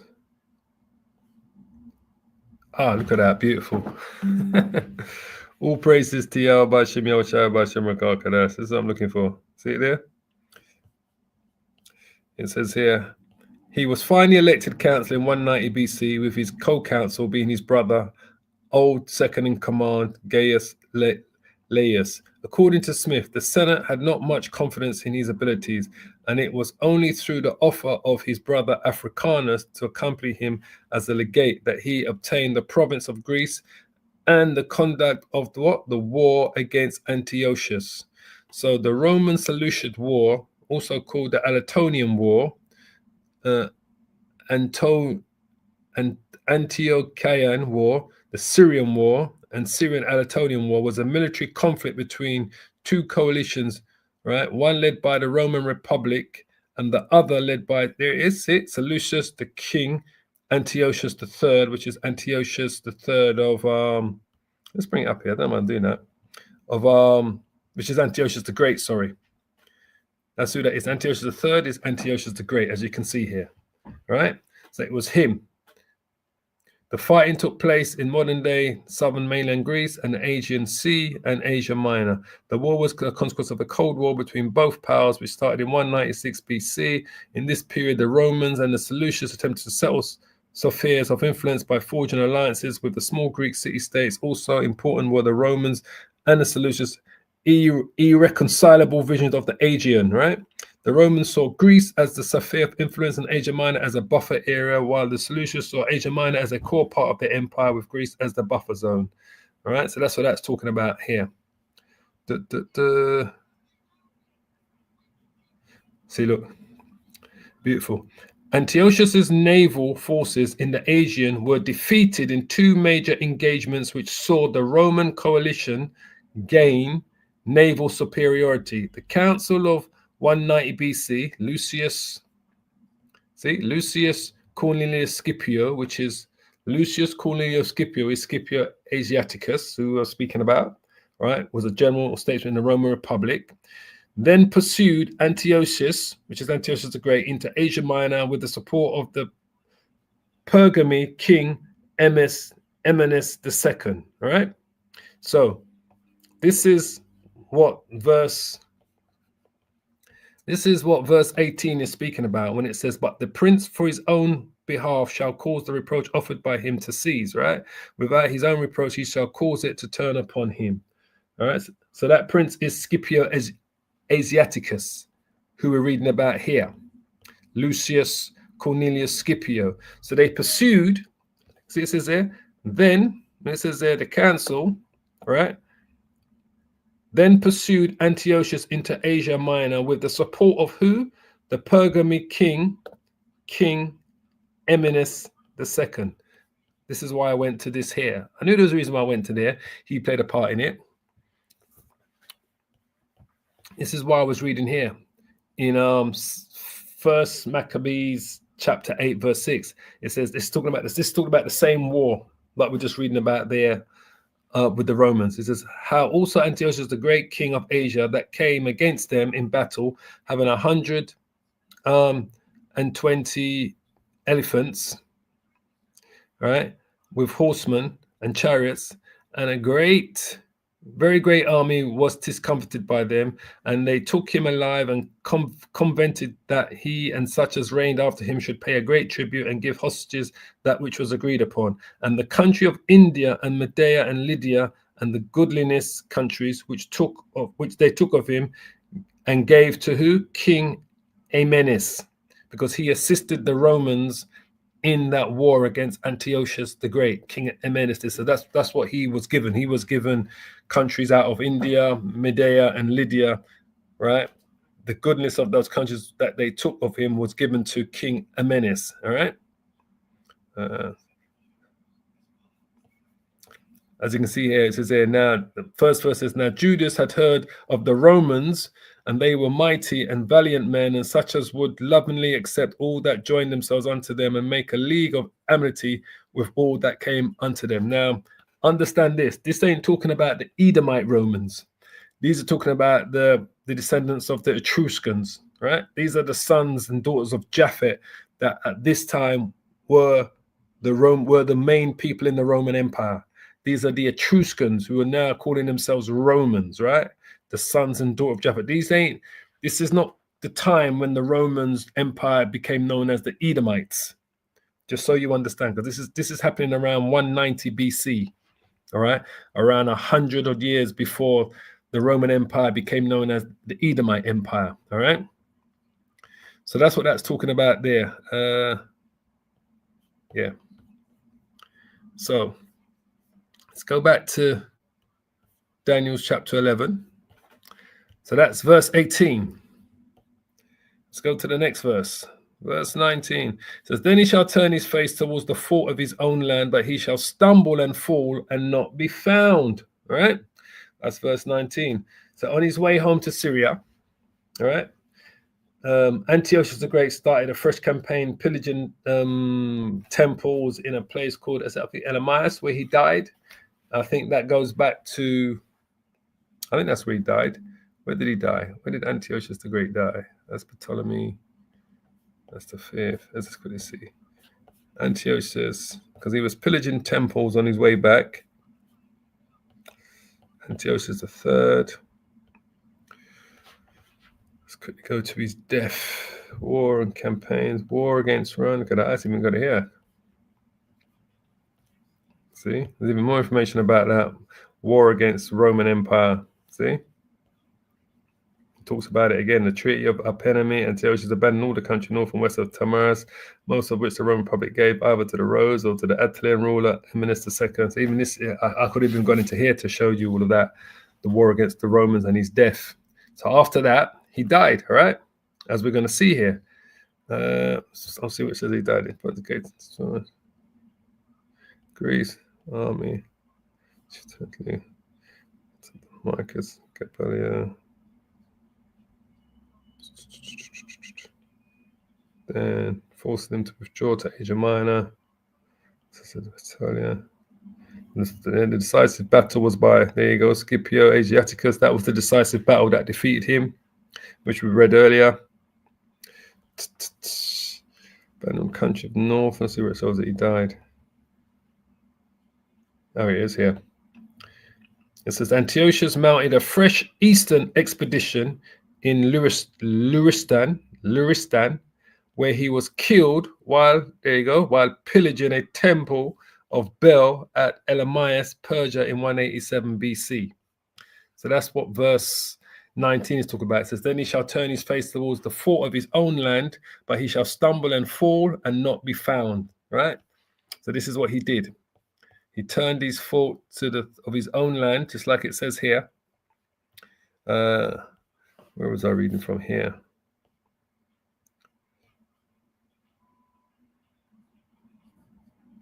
Because his blood disappeared.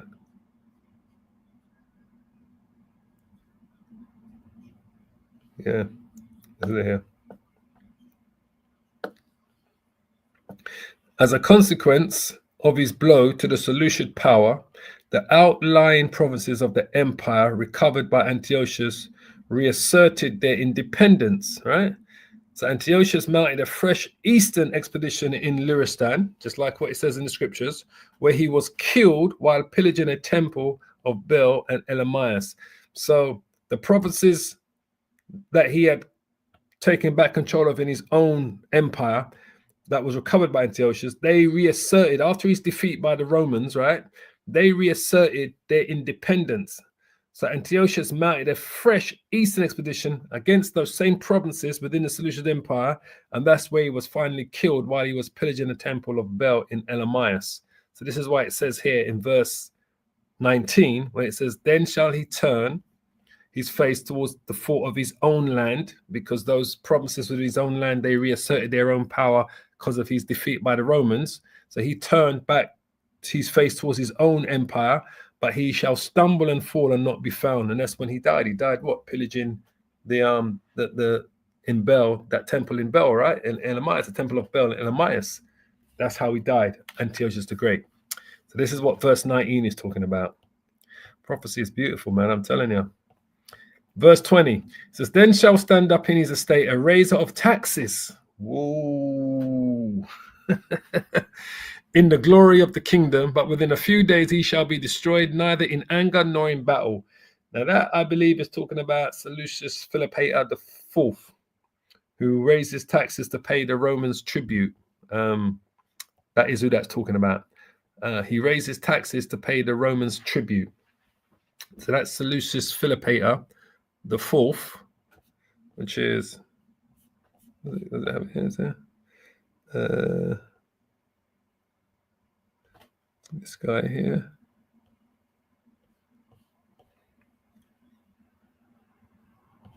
Yeah. This is the guy that raised up in his place.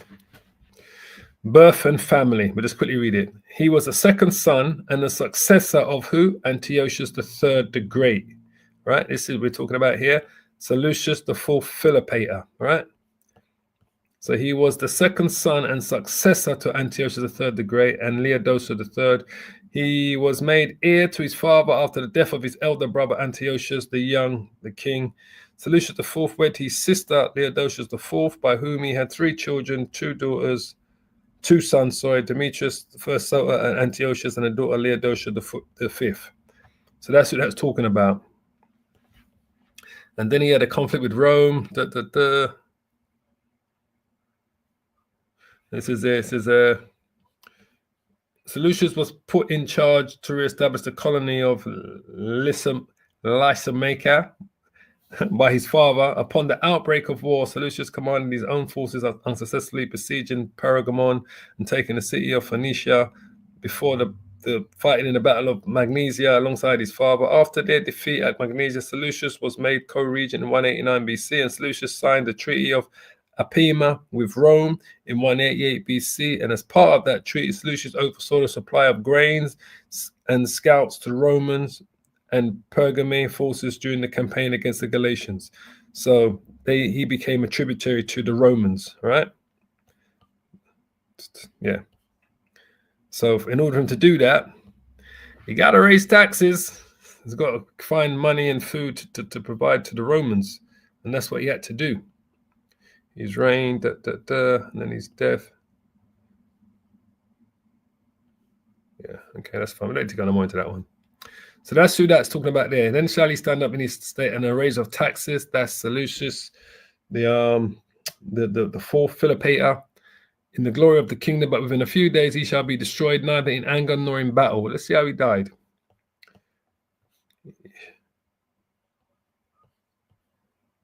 On September 3rd, Seleucus was assassinated by Helidorus, one of his leading bureaucrats. The ancient sources do not record a motive for this act.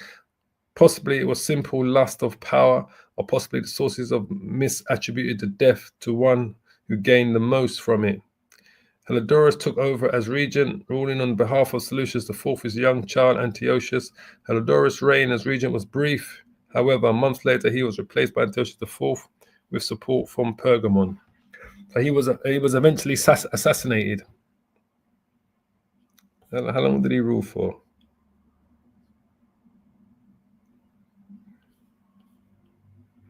How long did he rule for? Oh, right, 187 BC to 175. So roughly 12 years he ruled for. So that's who that's talking about there. He was destroyed neither in anger nor in battle, because he was assassinated. He was assassinated quietly in the middle of the night somewhere, as they did back then, boy. Either poisoned or something that they did to him. Verse 21. And in his estate shall stand up a vile person. All right. Whoa. Who should all know that is by now? That's Antiochus Epiphanes. All right. To whom they shall not give the honor of the kingdom, but he shall come in peaceably and obtain the kingdom by flatteries. That's Antiochus Epiphanes. So now we've gone on to the reign of Antiochus Epiphanes. So after this guy died, his reign, as it says here, after he died, he renewed the alliance. That's his reign. His death. Yeah. Young son, child Antiochus. And let's see. Because I don't think he stayed much longer neither. Successor.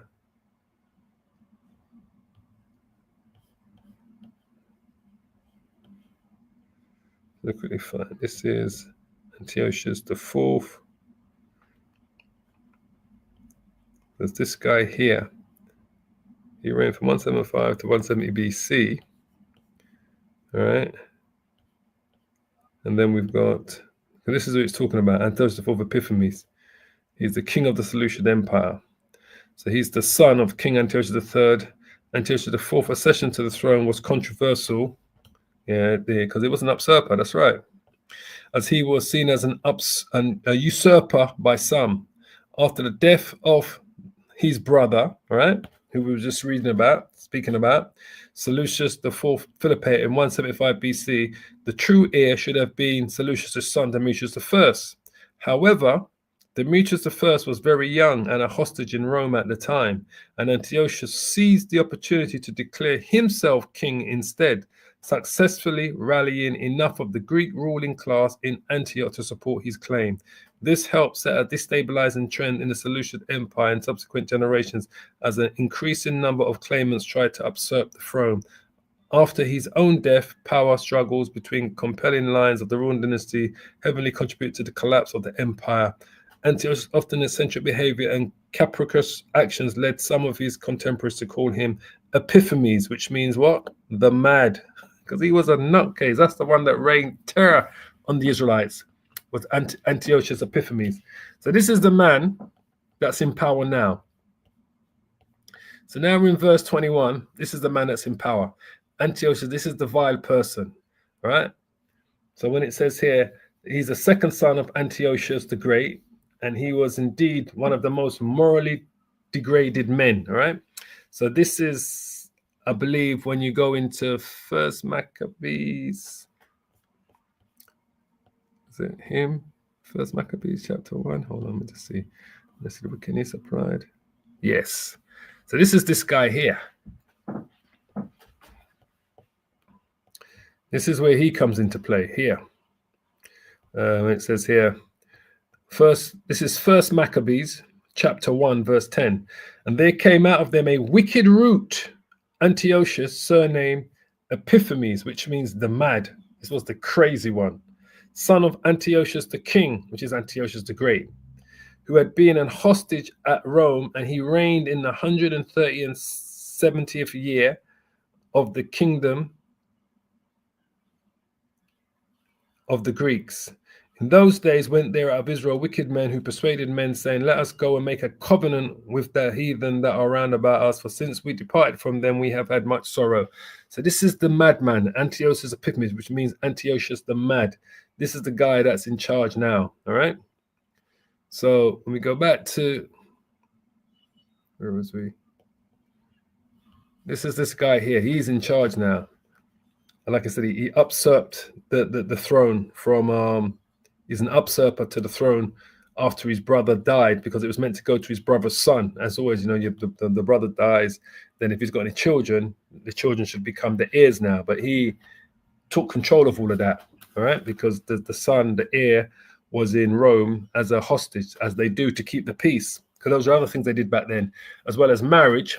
They would say to the king or to the queen at the time of a province, you know, of a country that they're controlling, the Romans, they would say, okay, you're going to give us your son and your daughter. We're going to raise them, so that way you won't make any attempt to make any war against us or any of our provinces, because we've got your son and your daughter under our, you know, under our tutorship. They're living with us. They're living under the Roman Empire, basically, in that. So they would have to give up their sons and daughters. So that's what Seleucus Philippe had to do. His son Demetrius I was being raised under the Roman rulership, and that's what would help keep the peace between them and the Romans. But after he died, his brother, the other son of Antiochus the Great, which is Antiochus Epiphanes, took control, as it says here. His contemporaries called him Epiphanes, which means the mad, because this was the crazy man, and that's why it says in First Maccabees, and there came out of them a wicked root, Antiochus surnamed Epiphanes, right? The mad, the son of Antiochus the king. So that's what that's talking about in verse 21. He's come into power. And in verse 22, it says, and with the arms of a flood shall they be overflown from before him, and shall be broken, yea, also the prince of the covenant, all right? So verse 22 is talking about he goes in and conquers Egypt and captures, what's his name? The Ptolemies, even though he had a covenant with the Ptolemy Empire, he went in and he conquered them. And that's Antiochus Epiphanes does that. That's part of his rise to power. See what we do.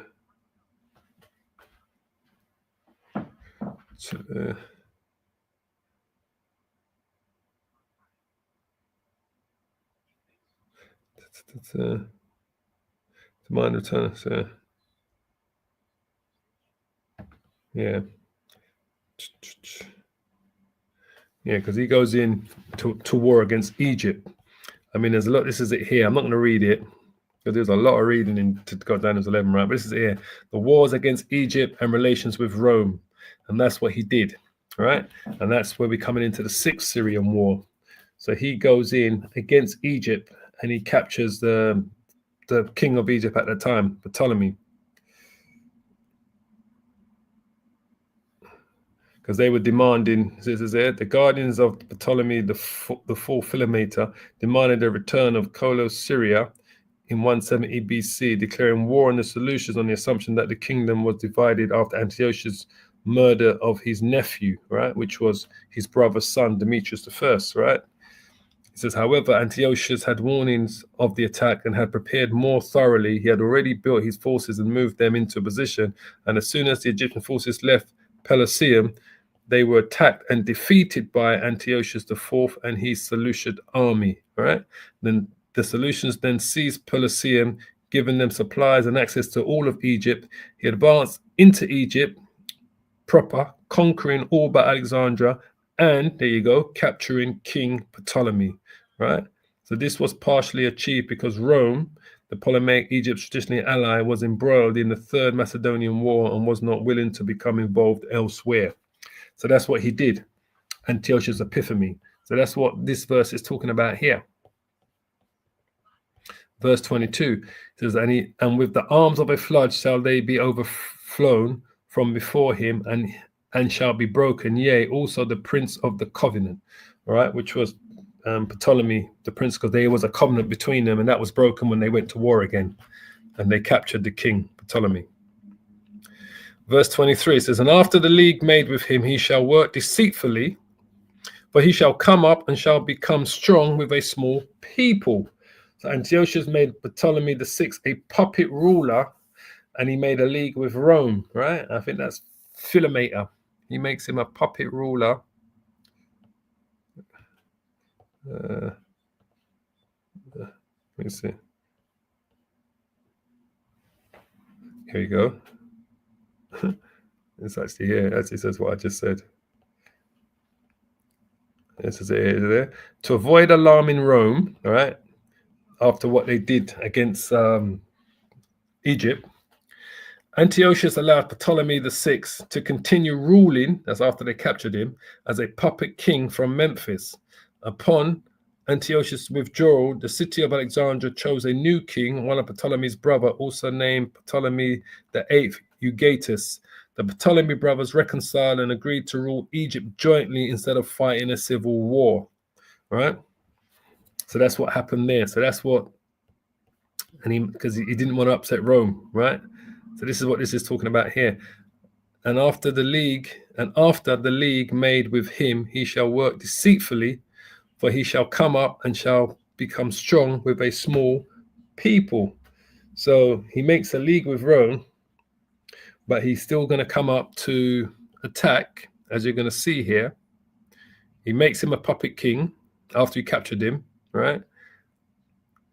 And then after that, you're going to see here, and that will go into, it says here, in 168 BC, this is what it said, he worked deceitfully. Antiochus led a second attack on Egypt and also sent a fleet to capture Cyprus, right? That's what it says, he worked deceitfully. Before he reached Alexandria, his path was blocked by a single elderly Roman ambassador named Gaius Populus Lanus, who delivered a message from the Roman Senate directing Antiochus to withdraw his army from Egypt and Cyprus or consider himself in a state of war with the Roman Republic, right? So that's him working deceitfully, right? They shall come up and shall become strong with a small people. So he captures the king of Ptolemy by invading it, right? And then he says here, that's what it says here, he shall enter peacefully even upon the fattest places of the provinces, and he shall do that which his fathers have not done, nor his fathers' fathers. He shall scatter among them the prey and spoil and riches, yea, and he shall forecast his devices against the strongholds, even for a time. So I was reading this, but I wasn't showing you. That's verse 24. So that's part of him leading that second attack on Egypt, right, with the fleet to capture. And that's when the Romans come up and say, look, you need to back off. And before you leave this circle, they wanted him to give a reply, basically so he can take so he could take back to the Roman Senate, which was that Roman general at the time.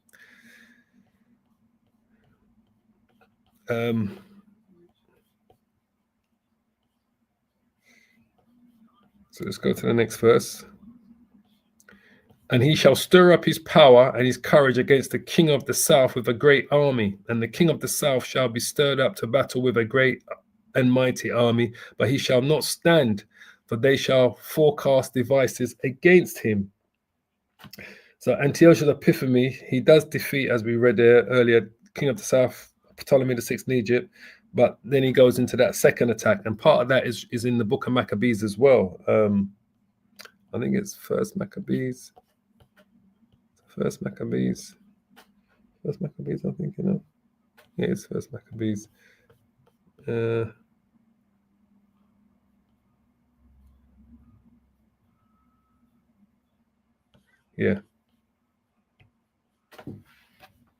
So the Maccabees speak about that prophecy here, but they're actually writing about the event as it's happening, the Maccabees.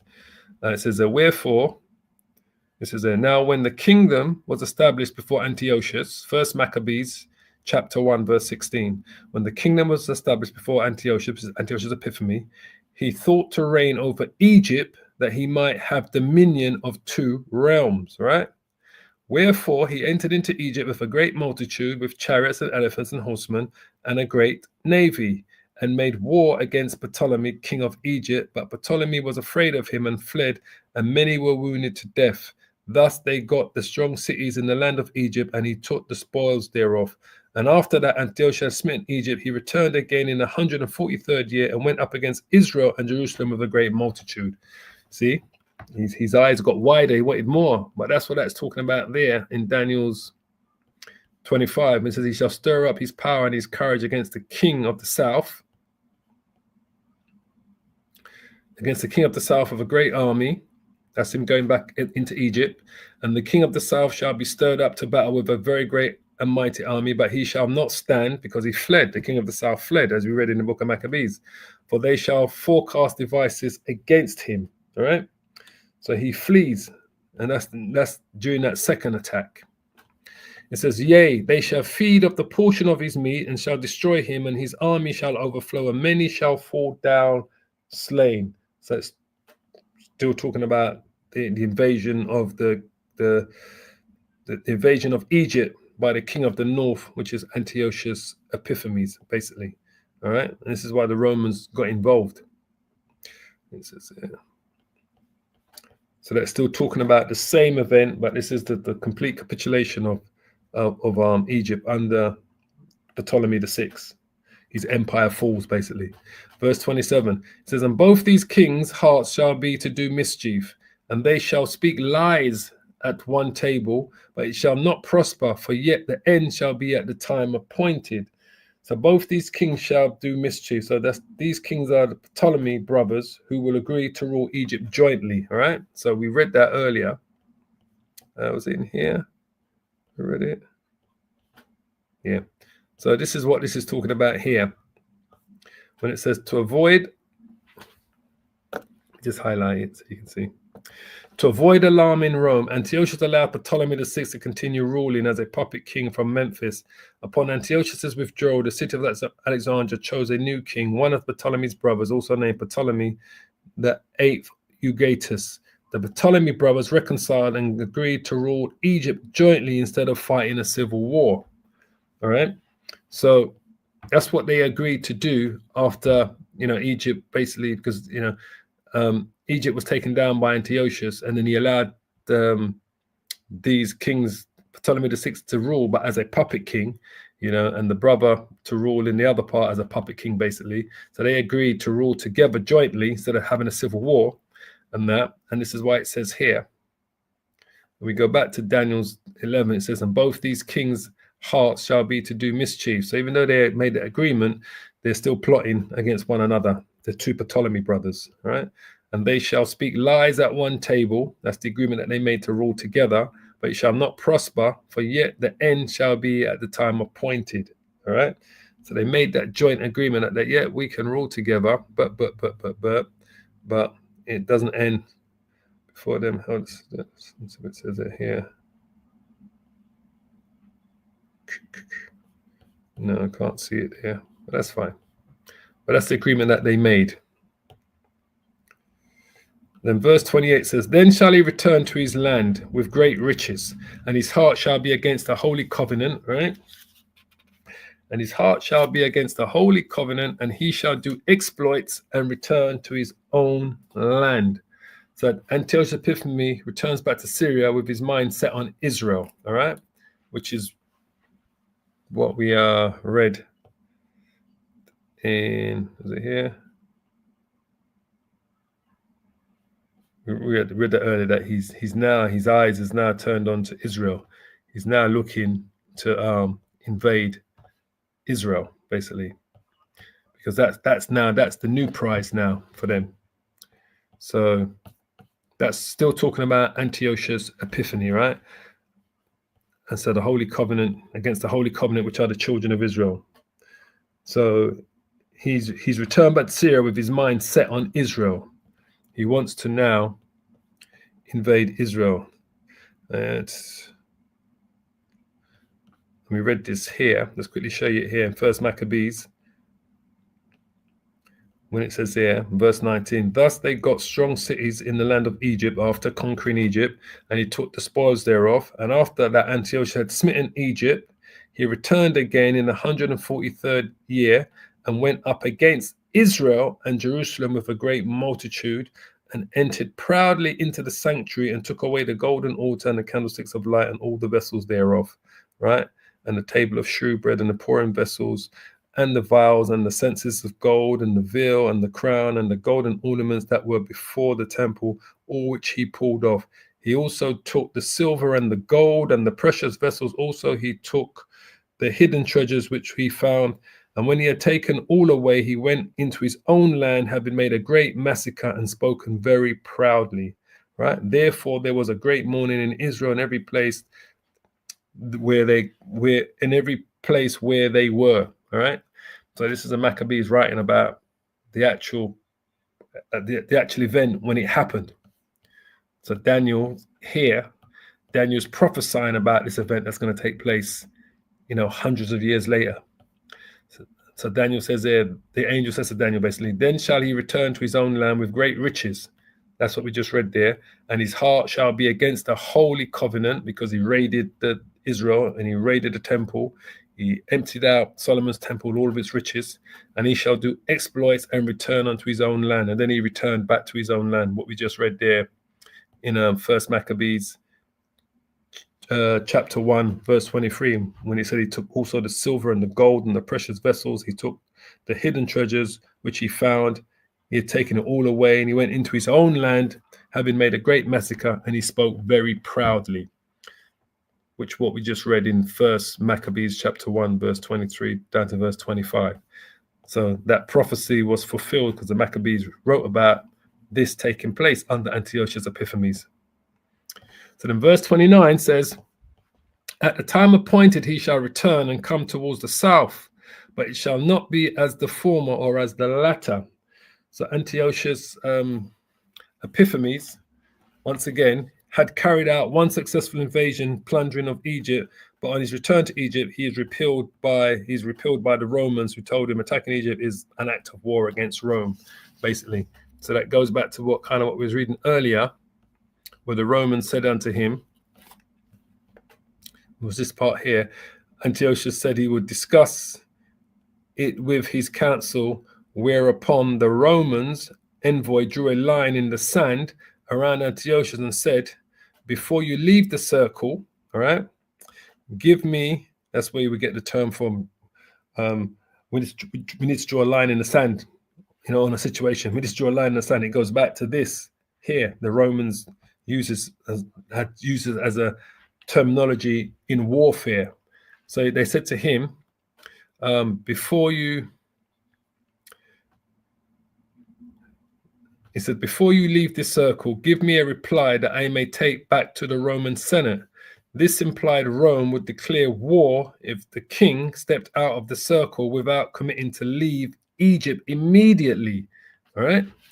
Weighing his options, Antiochus decided to withdraw.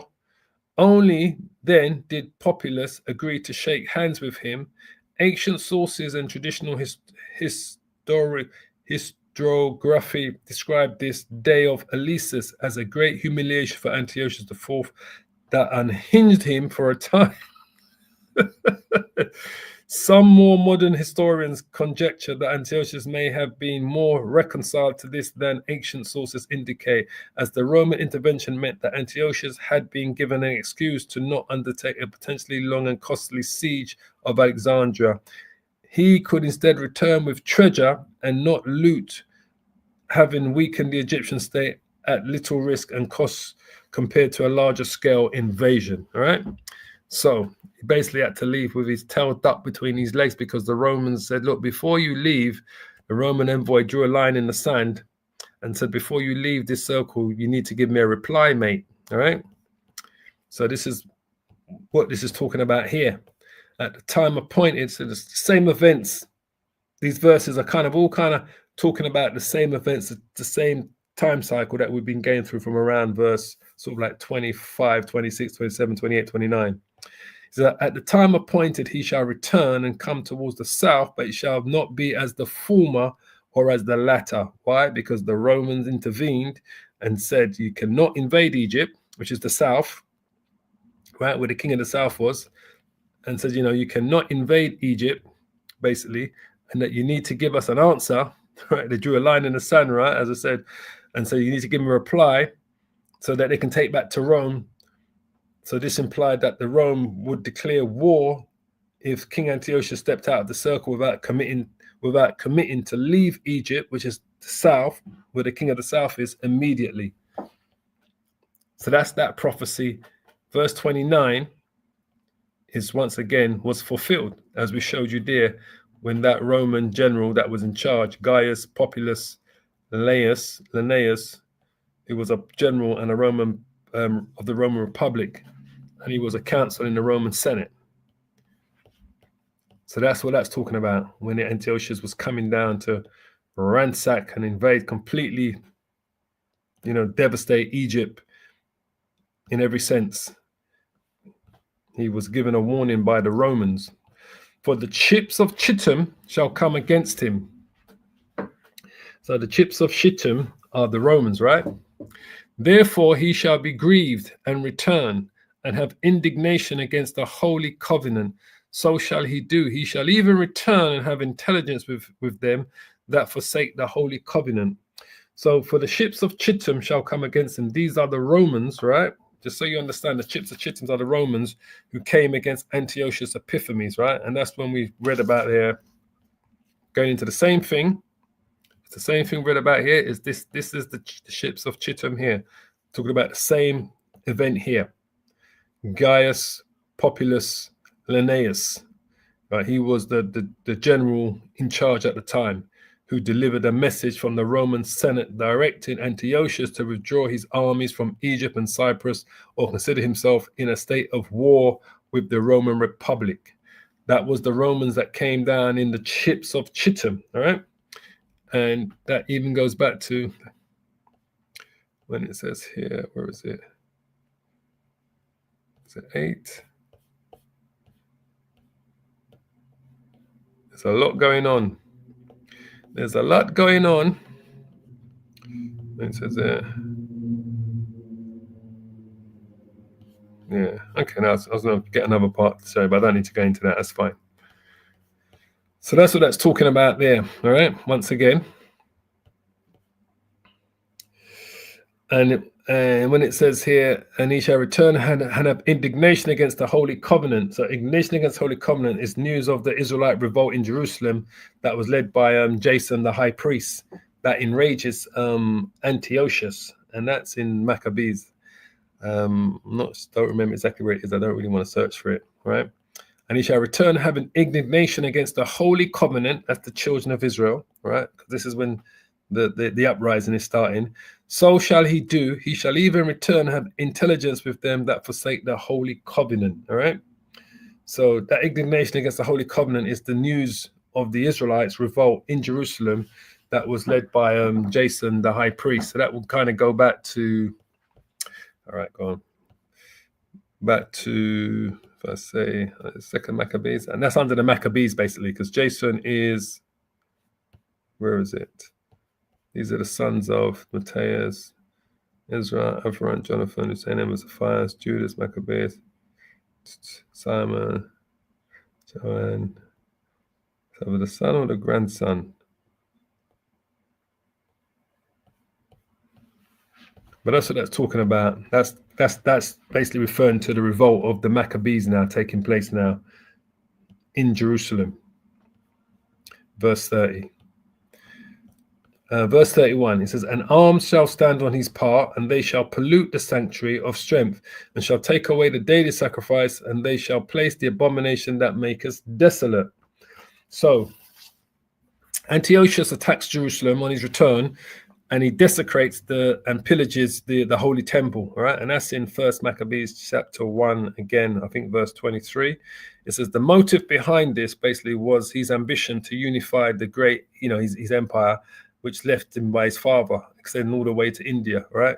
And it was, that was kind of him.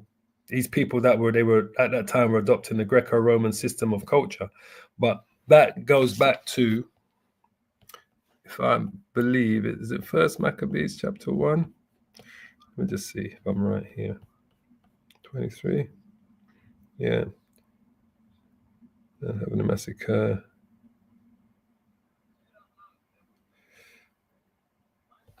Where are we? And they shall place the abomination that maketh desolate. So that is in, it's First Maccabees that speaks about that. He took silver and gold and precious vessels, and he took the hidden treasures out of the vessels. And when he had taken away all, he went into his own land, having great massacre yet, spoken very proudly. Pulled down the ornaments before the temple. But that's them desecrating the temple. That's Antiochus Epiphanes desecrating the Solomon's temple when they came down on Israel, right? During the times of the Maccabees. So verse 32 says, and such as do wickedly against the covenant shall he corrupt by flatteries, but the people that do know their power shall be strong and do exploits, right? So such as do wickedly against covenant shall he corrupt by flatteries. This is why when I was reading about when we was reading in First Maccabees, I think it was verse 11, when they said,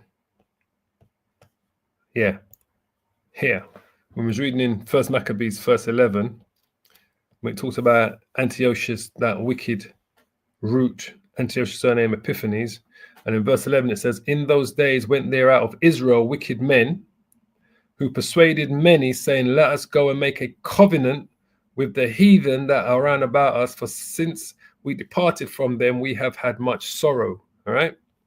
So when it says, as such as do wickedly against the covenant shall he corrupt by flatteries, those are those Israelites that said, let us go and make a covenant with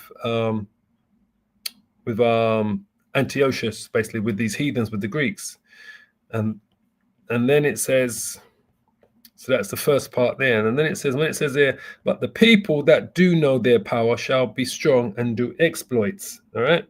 So these blasphemous acts of Antiochus Epiphanes stirred up the faithful Israelites to revolt, which was led by Matthias and his sons, especially Judas, right, who was successful at war of independence was waged against Antiochus, and that's where we get the Feast of Dedication from. But in First Maccabees? Hold on, so I'll quickly find it. This is where you get, and I was alluding to this earlier. These are the sons here. This is where these come into the play.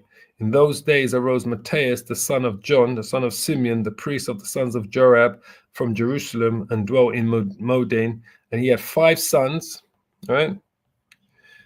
Joanna, called Cadius, Simon, called Thassius, Judas, who was called Maccabeus. That's where we get the name Maccabeus from, because his nickname was Maccabeus, which means the hammer. Eleazar, called Avaran, and Jonathan, whose surname was Aphius. And when he saw the blasphemies that were committed in Judah and Jerusalem, he said, woe is me, wherefore was I born, right, to see this misery of my people and of the holy city, and to dwell there when it was delivered into the hand of the enemy, and the sanctuary into the hand of strangers, right? And then it says, her temple is become as a man without glory. Her glorious vessels are carried away into captivity. Her infants are slain in the streets. Her young men with the sword of the enemy.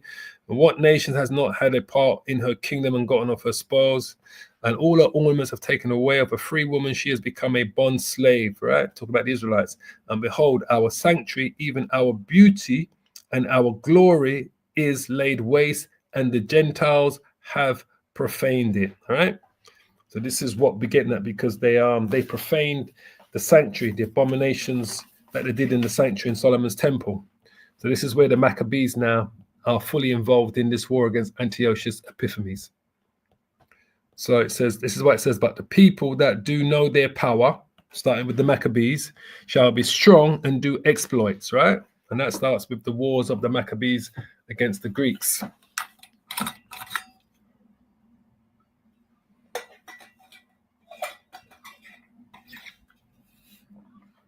So that's verse 32. That's what that's talking about. That's the revolt of the Maccabees kicking into play now. And verse 33 says, and they that understand among the people shall instruct many, yet they shall fall by the sword and by flame, by captivity and by spoil and by spoil many days. All right. So, that's kind of goes into like we're talking about the future prophecy and captivity and subjection under Antiochus Epiphanes, the captivity and subjection under Antiochus. A long period was foretold in which the Israelites would fall by the sword and by the flame, by captivity, under the persecution of Antiochus and the Greeks. Hence, we go into the wars of the Maccabees against Antiochus Epiphanes, that called themselves Greeks at the time. All right, so this is what that's talking about. And they that understand amongst the people shall instruct many. So those that understood, who they are, the Israelites, their power, their faith, that. This is when Judas and his crew. When he said, first form of the King's commandment. Everyone from the religion of their father. Yeah, so this is why it says here. It says, then Matthias answered and spake with a loud voice, though all the nations that are under the king's dominion obey him, right? He's speaking to the Israelites, Matthias now, right? Which is the father of the sons of the Maccabees, right? He's the father of the 5 sons, right? It says, though all the nations that are under the king's dominion, under Antiochus Epiphanes' dominion, right, the Greeks, obey him and fall away everyone from the religion of their fathers and give consent to his commandments. So they've taken on this Greek God's beliefs, lifestyle, all those other nations that are under the dominion of Antiochus Epiphanes. So Matthias is speaking to his people, probably standing in the square or somewhere where Israelites gather together in high numbers. And he's speaking with a loud voice saying, look, although these other nations that have been subjugated by Antiochus Epiphanes have bowed to his heathenistic lifestyle and bowed to his gods and given up their own beliefs and culture and so forth, it says, yet will I and my sons and my brethren walk in the covenant of our fathers. Yahweh forbid that we should forsake the law and the ordinances. We will not hearken to the king's words to go from our religion, either in the right hand or in the left. Now, when he had left speaking these words, there came one of the Jews in the sight of all the sacrifices on the altar, which was at Modin, according to the king's commandment, which thing when Matthias saw, he was inflamed with zeal. His reins trembled, neither could he forbear to show his anger according to judgment. Wherefore he ran and slew him upon the altar.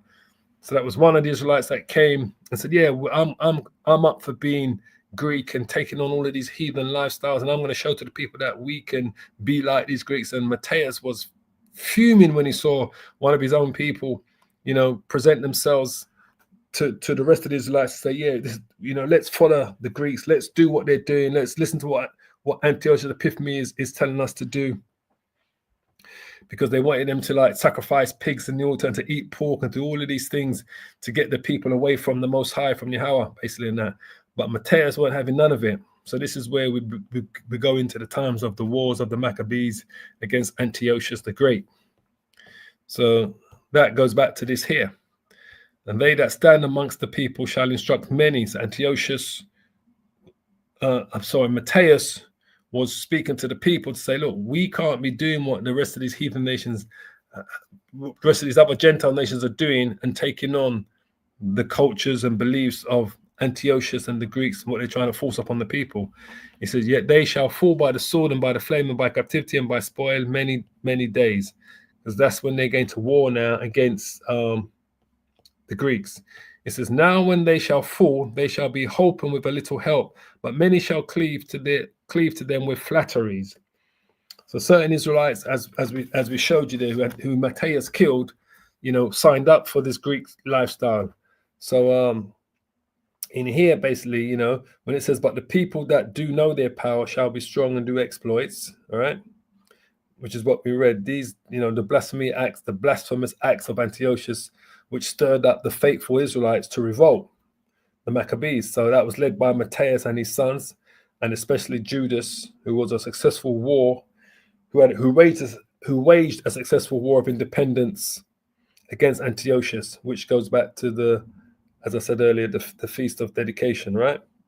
So Antiochus decided to side with the Hellenized Jews in order to consolidate his empire and to strengthen his hold over the region. So he outlawed Israelite religious rites and traditions that kept by observant Jews and ordered the worship of Zeus, their supreme god, and so forth and so on, right? So you get all those, that's what it says, my many shall cleave to them with flatteries, all right? Verse 35, it says, and some of them of understanding shall fall to try them and to purge and to make them white, even to the time of the end, because it is yet for a time appointed, all right? So that's talking about the Israelites. Some of them of understanding shall fall to try them and to purge and to make them white, even to the time of the end, because it is yet a time appointed, right? Talking about the children of Israel. Verse 36, it says, and the king shall do according to his will, and he shall exalt himself and magnify himself above every god, and shall speak marvelous things against the gods of gods, and shall prosper till the indignation be accomplished. For that is determined shall be done. So the son of Antiochus III, which is Antiochus Epiphanes.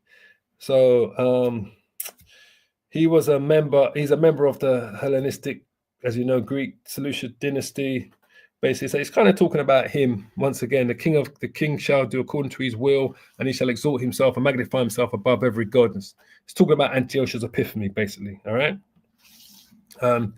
And shall speak marvelous things against the Most High, and shall prosper till indignation be accomplished. For that is determined shall be done.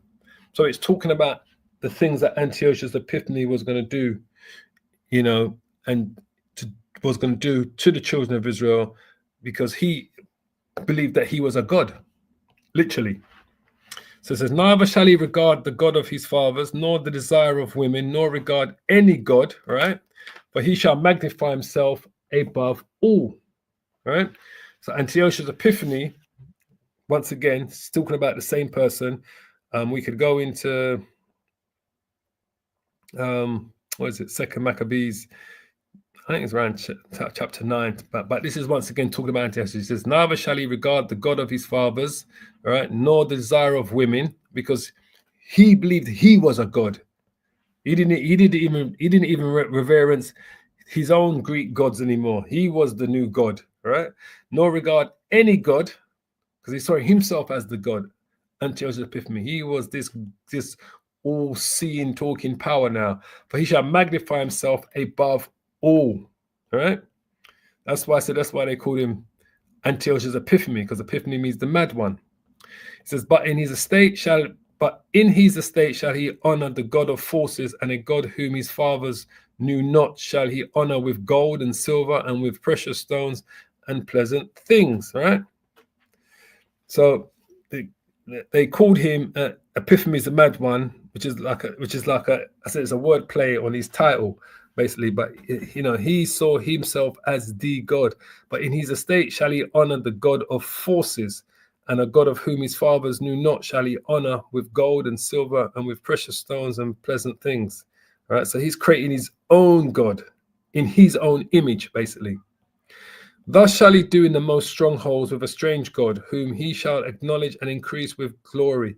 And he shall cause them to rule over many, and shall divide the land of gain. All right.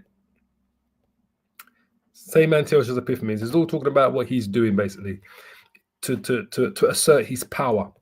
And at that time of the end shall the king of the south push at him, and the king of the north shall come against him like a whirlwind, with chariots and with horsemen and with many ships, and he shall enter into the countries and shall overflow and pass over. So you got the Seleucids and the Ptolemies before them, right? So there was kind of like a policy drastically reversed by Antiochus IV, resulting in harsh persecutions and a revolt against his rule. And once again, you got the Maccabee revolt taking place. This is at that time, at the time of the end, because we're coming to the end of his lifetime now. So the king of the south, right? The Ptolemies push at him, the Ptolemies, right? I think it's Ptolemy the sixth at the time. And the king of the north shall come against him like a whirlwind, right? Antiochus Epiphanes, with chariots and with horsemen of many ships, and he shall enter into the countries and shall overflow and pass over. Then it says, he shall enter also into the glorious land, which is Israel, the promised land, right? And many countries shall be overthrown, but these shall escape out of his hand, even Edom and Moab and the chief of the children of Ammon. So these countries escaped out of his hand, but Israel was the price. That's why it's referred to as the glorious land. Antiochus decides to side with the Hellenized Jews, as I said, to consolidate his empire and to strengthen his hold over the region. So he outlawed all, Israelite religion, rites, traditions by observant Israelites. Basically, he wanted them to worship Zeus, as a supreme god. But he himself, because Zeus, he kind of was looked at on. It's to say Zeus was his father. He was creating a god of his own image.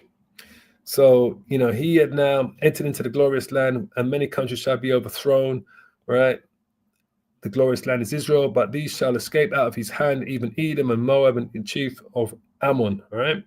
So the cities of Jerusalem were destroyed because of the resistance under the Maccabees.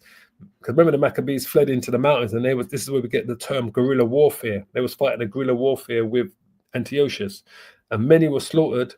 And Antiochus established a military Greek citadel called, I think it was called Acra, something like that. And I think it's in Second Maccabees. Let's see, Second Maccabees.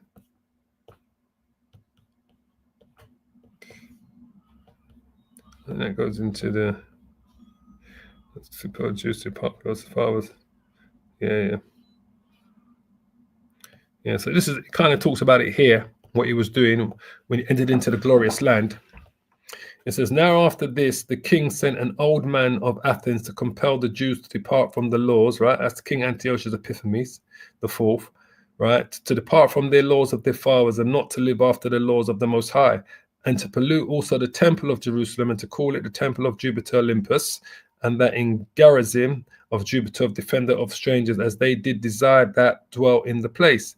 The coming of this mischief was sore and grievous to the people, for the temple was filled with riot and reveling by the Gentiles who dallied with harlots and had to do with women within the circuit of the holy places, and besides that brought in things that were not lawful.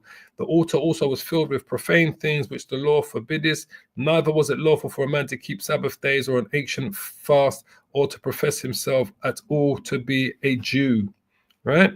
And this is what they did. And in that day of the king's birth, every month they were brought by the bitter constraints to eat of the sacrifices. And when the fast of the Bacchus was kept, the Jews were compelled to go and in procession to Bacchus carrying ivy. It's what you kind of see the Christians do today, right? All this madness. It all goes back to this Hellenization of these Edomites.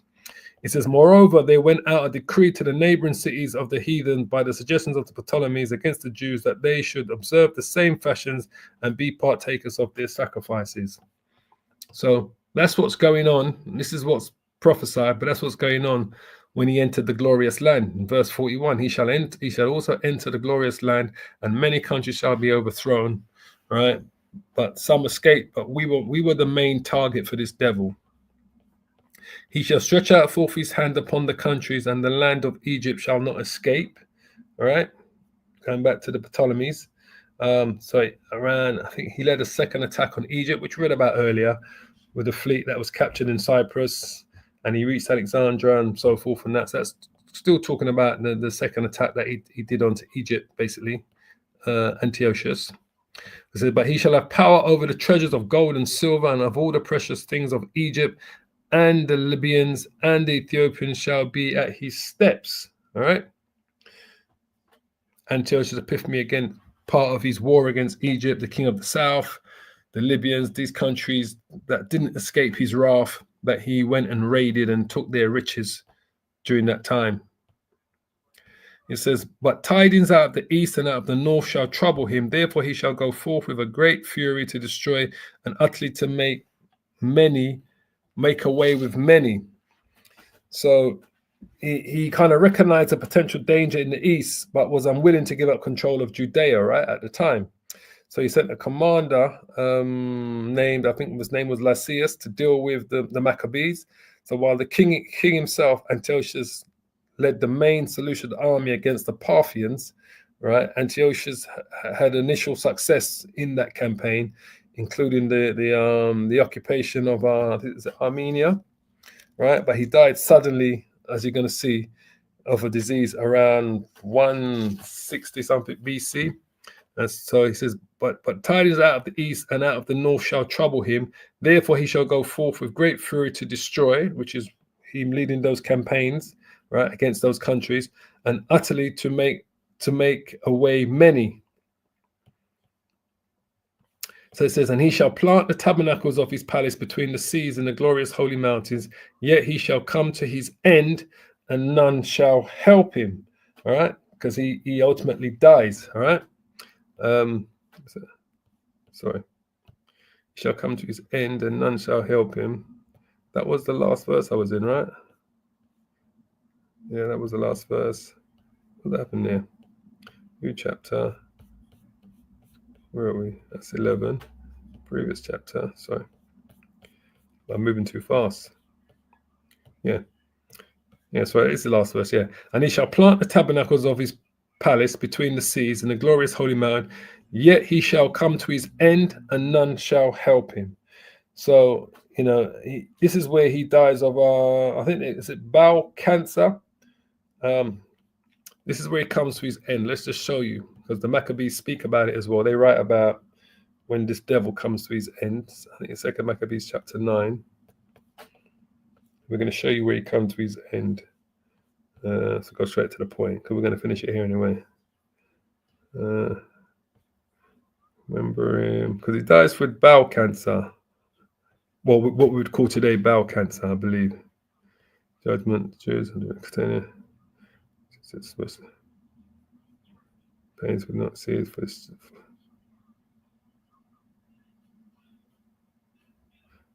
In the form of supplication, not disturbing mind health, and having great hope to escape his sickness, but considering that even his father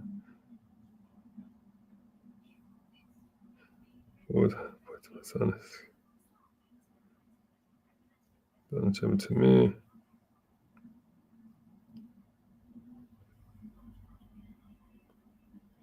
Yeah, here it is. Sorry. This is what I'm looking for here. 2 Maccabees. So this is where he met his end. He says here, for I am persuaded that he, understanding my mind, will favorably and graciously yield to your desires, right? Thus the murderer and blasphemer, having suffered most grievously as he entreated other men, so died he a miserable death in a strange country in the mountains, right? And Philip, that was brought up with him, carried away his body, who also fearing the son of Antiochus went to Egypt to Ptolemais Philopater. So that's where he died. He had something in his stomach. He had some sort of wound or cancerous thing in his stomach where he died, basically. So the Lord Almighty, power of Israel, smote him with an incurable and invisible plague. And as soon as he had spoken these words, a pain in his bowels that was remedies came upon him, and sore torment. So that's where he died. And it kind of tells you here, Philippus, rage,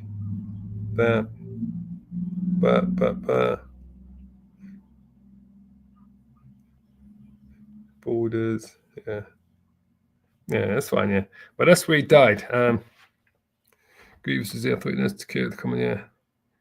Yeah, he kind of says, as for me, I was weak, or else I would have remembered kindly your honor and goodwill, returning out of Persia and being taken with a grievous disease. I thought it necessary to care for the common safety of all, right? Not distrusting mine health, but having great hope to escape this sickness, which he didn't. But considering that even my father at that time, he led an army into the high country to appoint the successor. So he didn't escape that sickness, and that's where he died, basically. As it says there, he was brought, and that murderer and blasphemer, having suffered most grievously as he entreated other men, so died he miserably, a miserable death in a strange country and in the mountains. And that was his end, Antiochus Epiphanes IV. So really, I knew it would take a very long time to go through all of this. That is Daniel's chapter 11 in a nutshell. basically, from start to finish. Every single prophetic prophecy in Daniel's chapter 11 has been fulfilled, as I showed you there. And I tried to bring up as much history as possible for you. Every single prophecy has been fulfilled. And that was Antiochus Epiphanes' end. So I pray you're edified. Nearly 3 hours, but I knew it would take a very long time. That's why I had to really carve out some serious time to do this. I knew it would take a very long time to go through it because there's a lot of information in Daniel chapter 11. Pray you're edified. As always, all praise and glory to the Heavenly Father, Yahweh, and to his only begotten Son, Yahweh Shai. Double honors to the apostles and to the elders of Great Millstone. For those of you that were able to stay with it all, all praises, man. To you guys that was able to stay all from start to finish. It's a long video. For those of you that may be watching it for the first time, you may have to watch it in 2 parts, basically in that. But that's the full breakdown of Daniel's chapter 11, from start to finish, from verse 1 to verse 45. Every single prophecy has been fulfilled. It's all based on the 6 Syrian wars. And it starts with the 4 Persian kings, and it ends with Antiochus Epiphanes the 4th, the king of the Seleucid Empire. So shalom, shalom, shalom, all praises.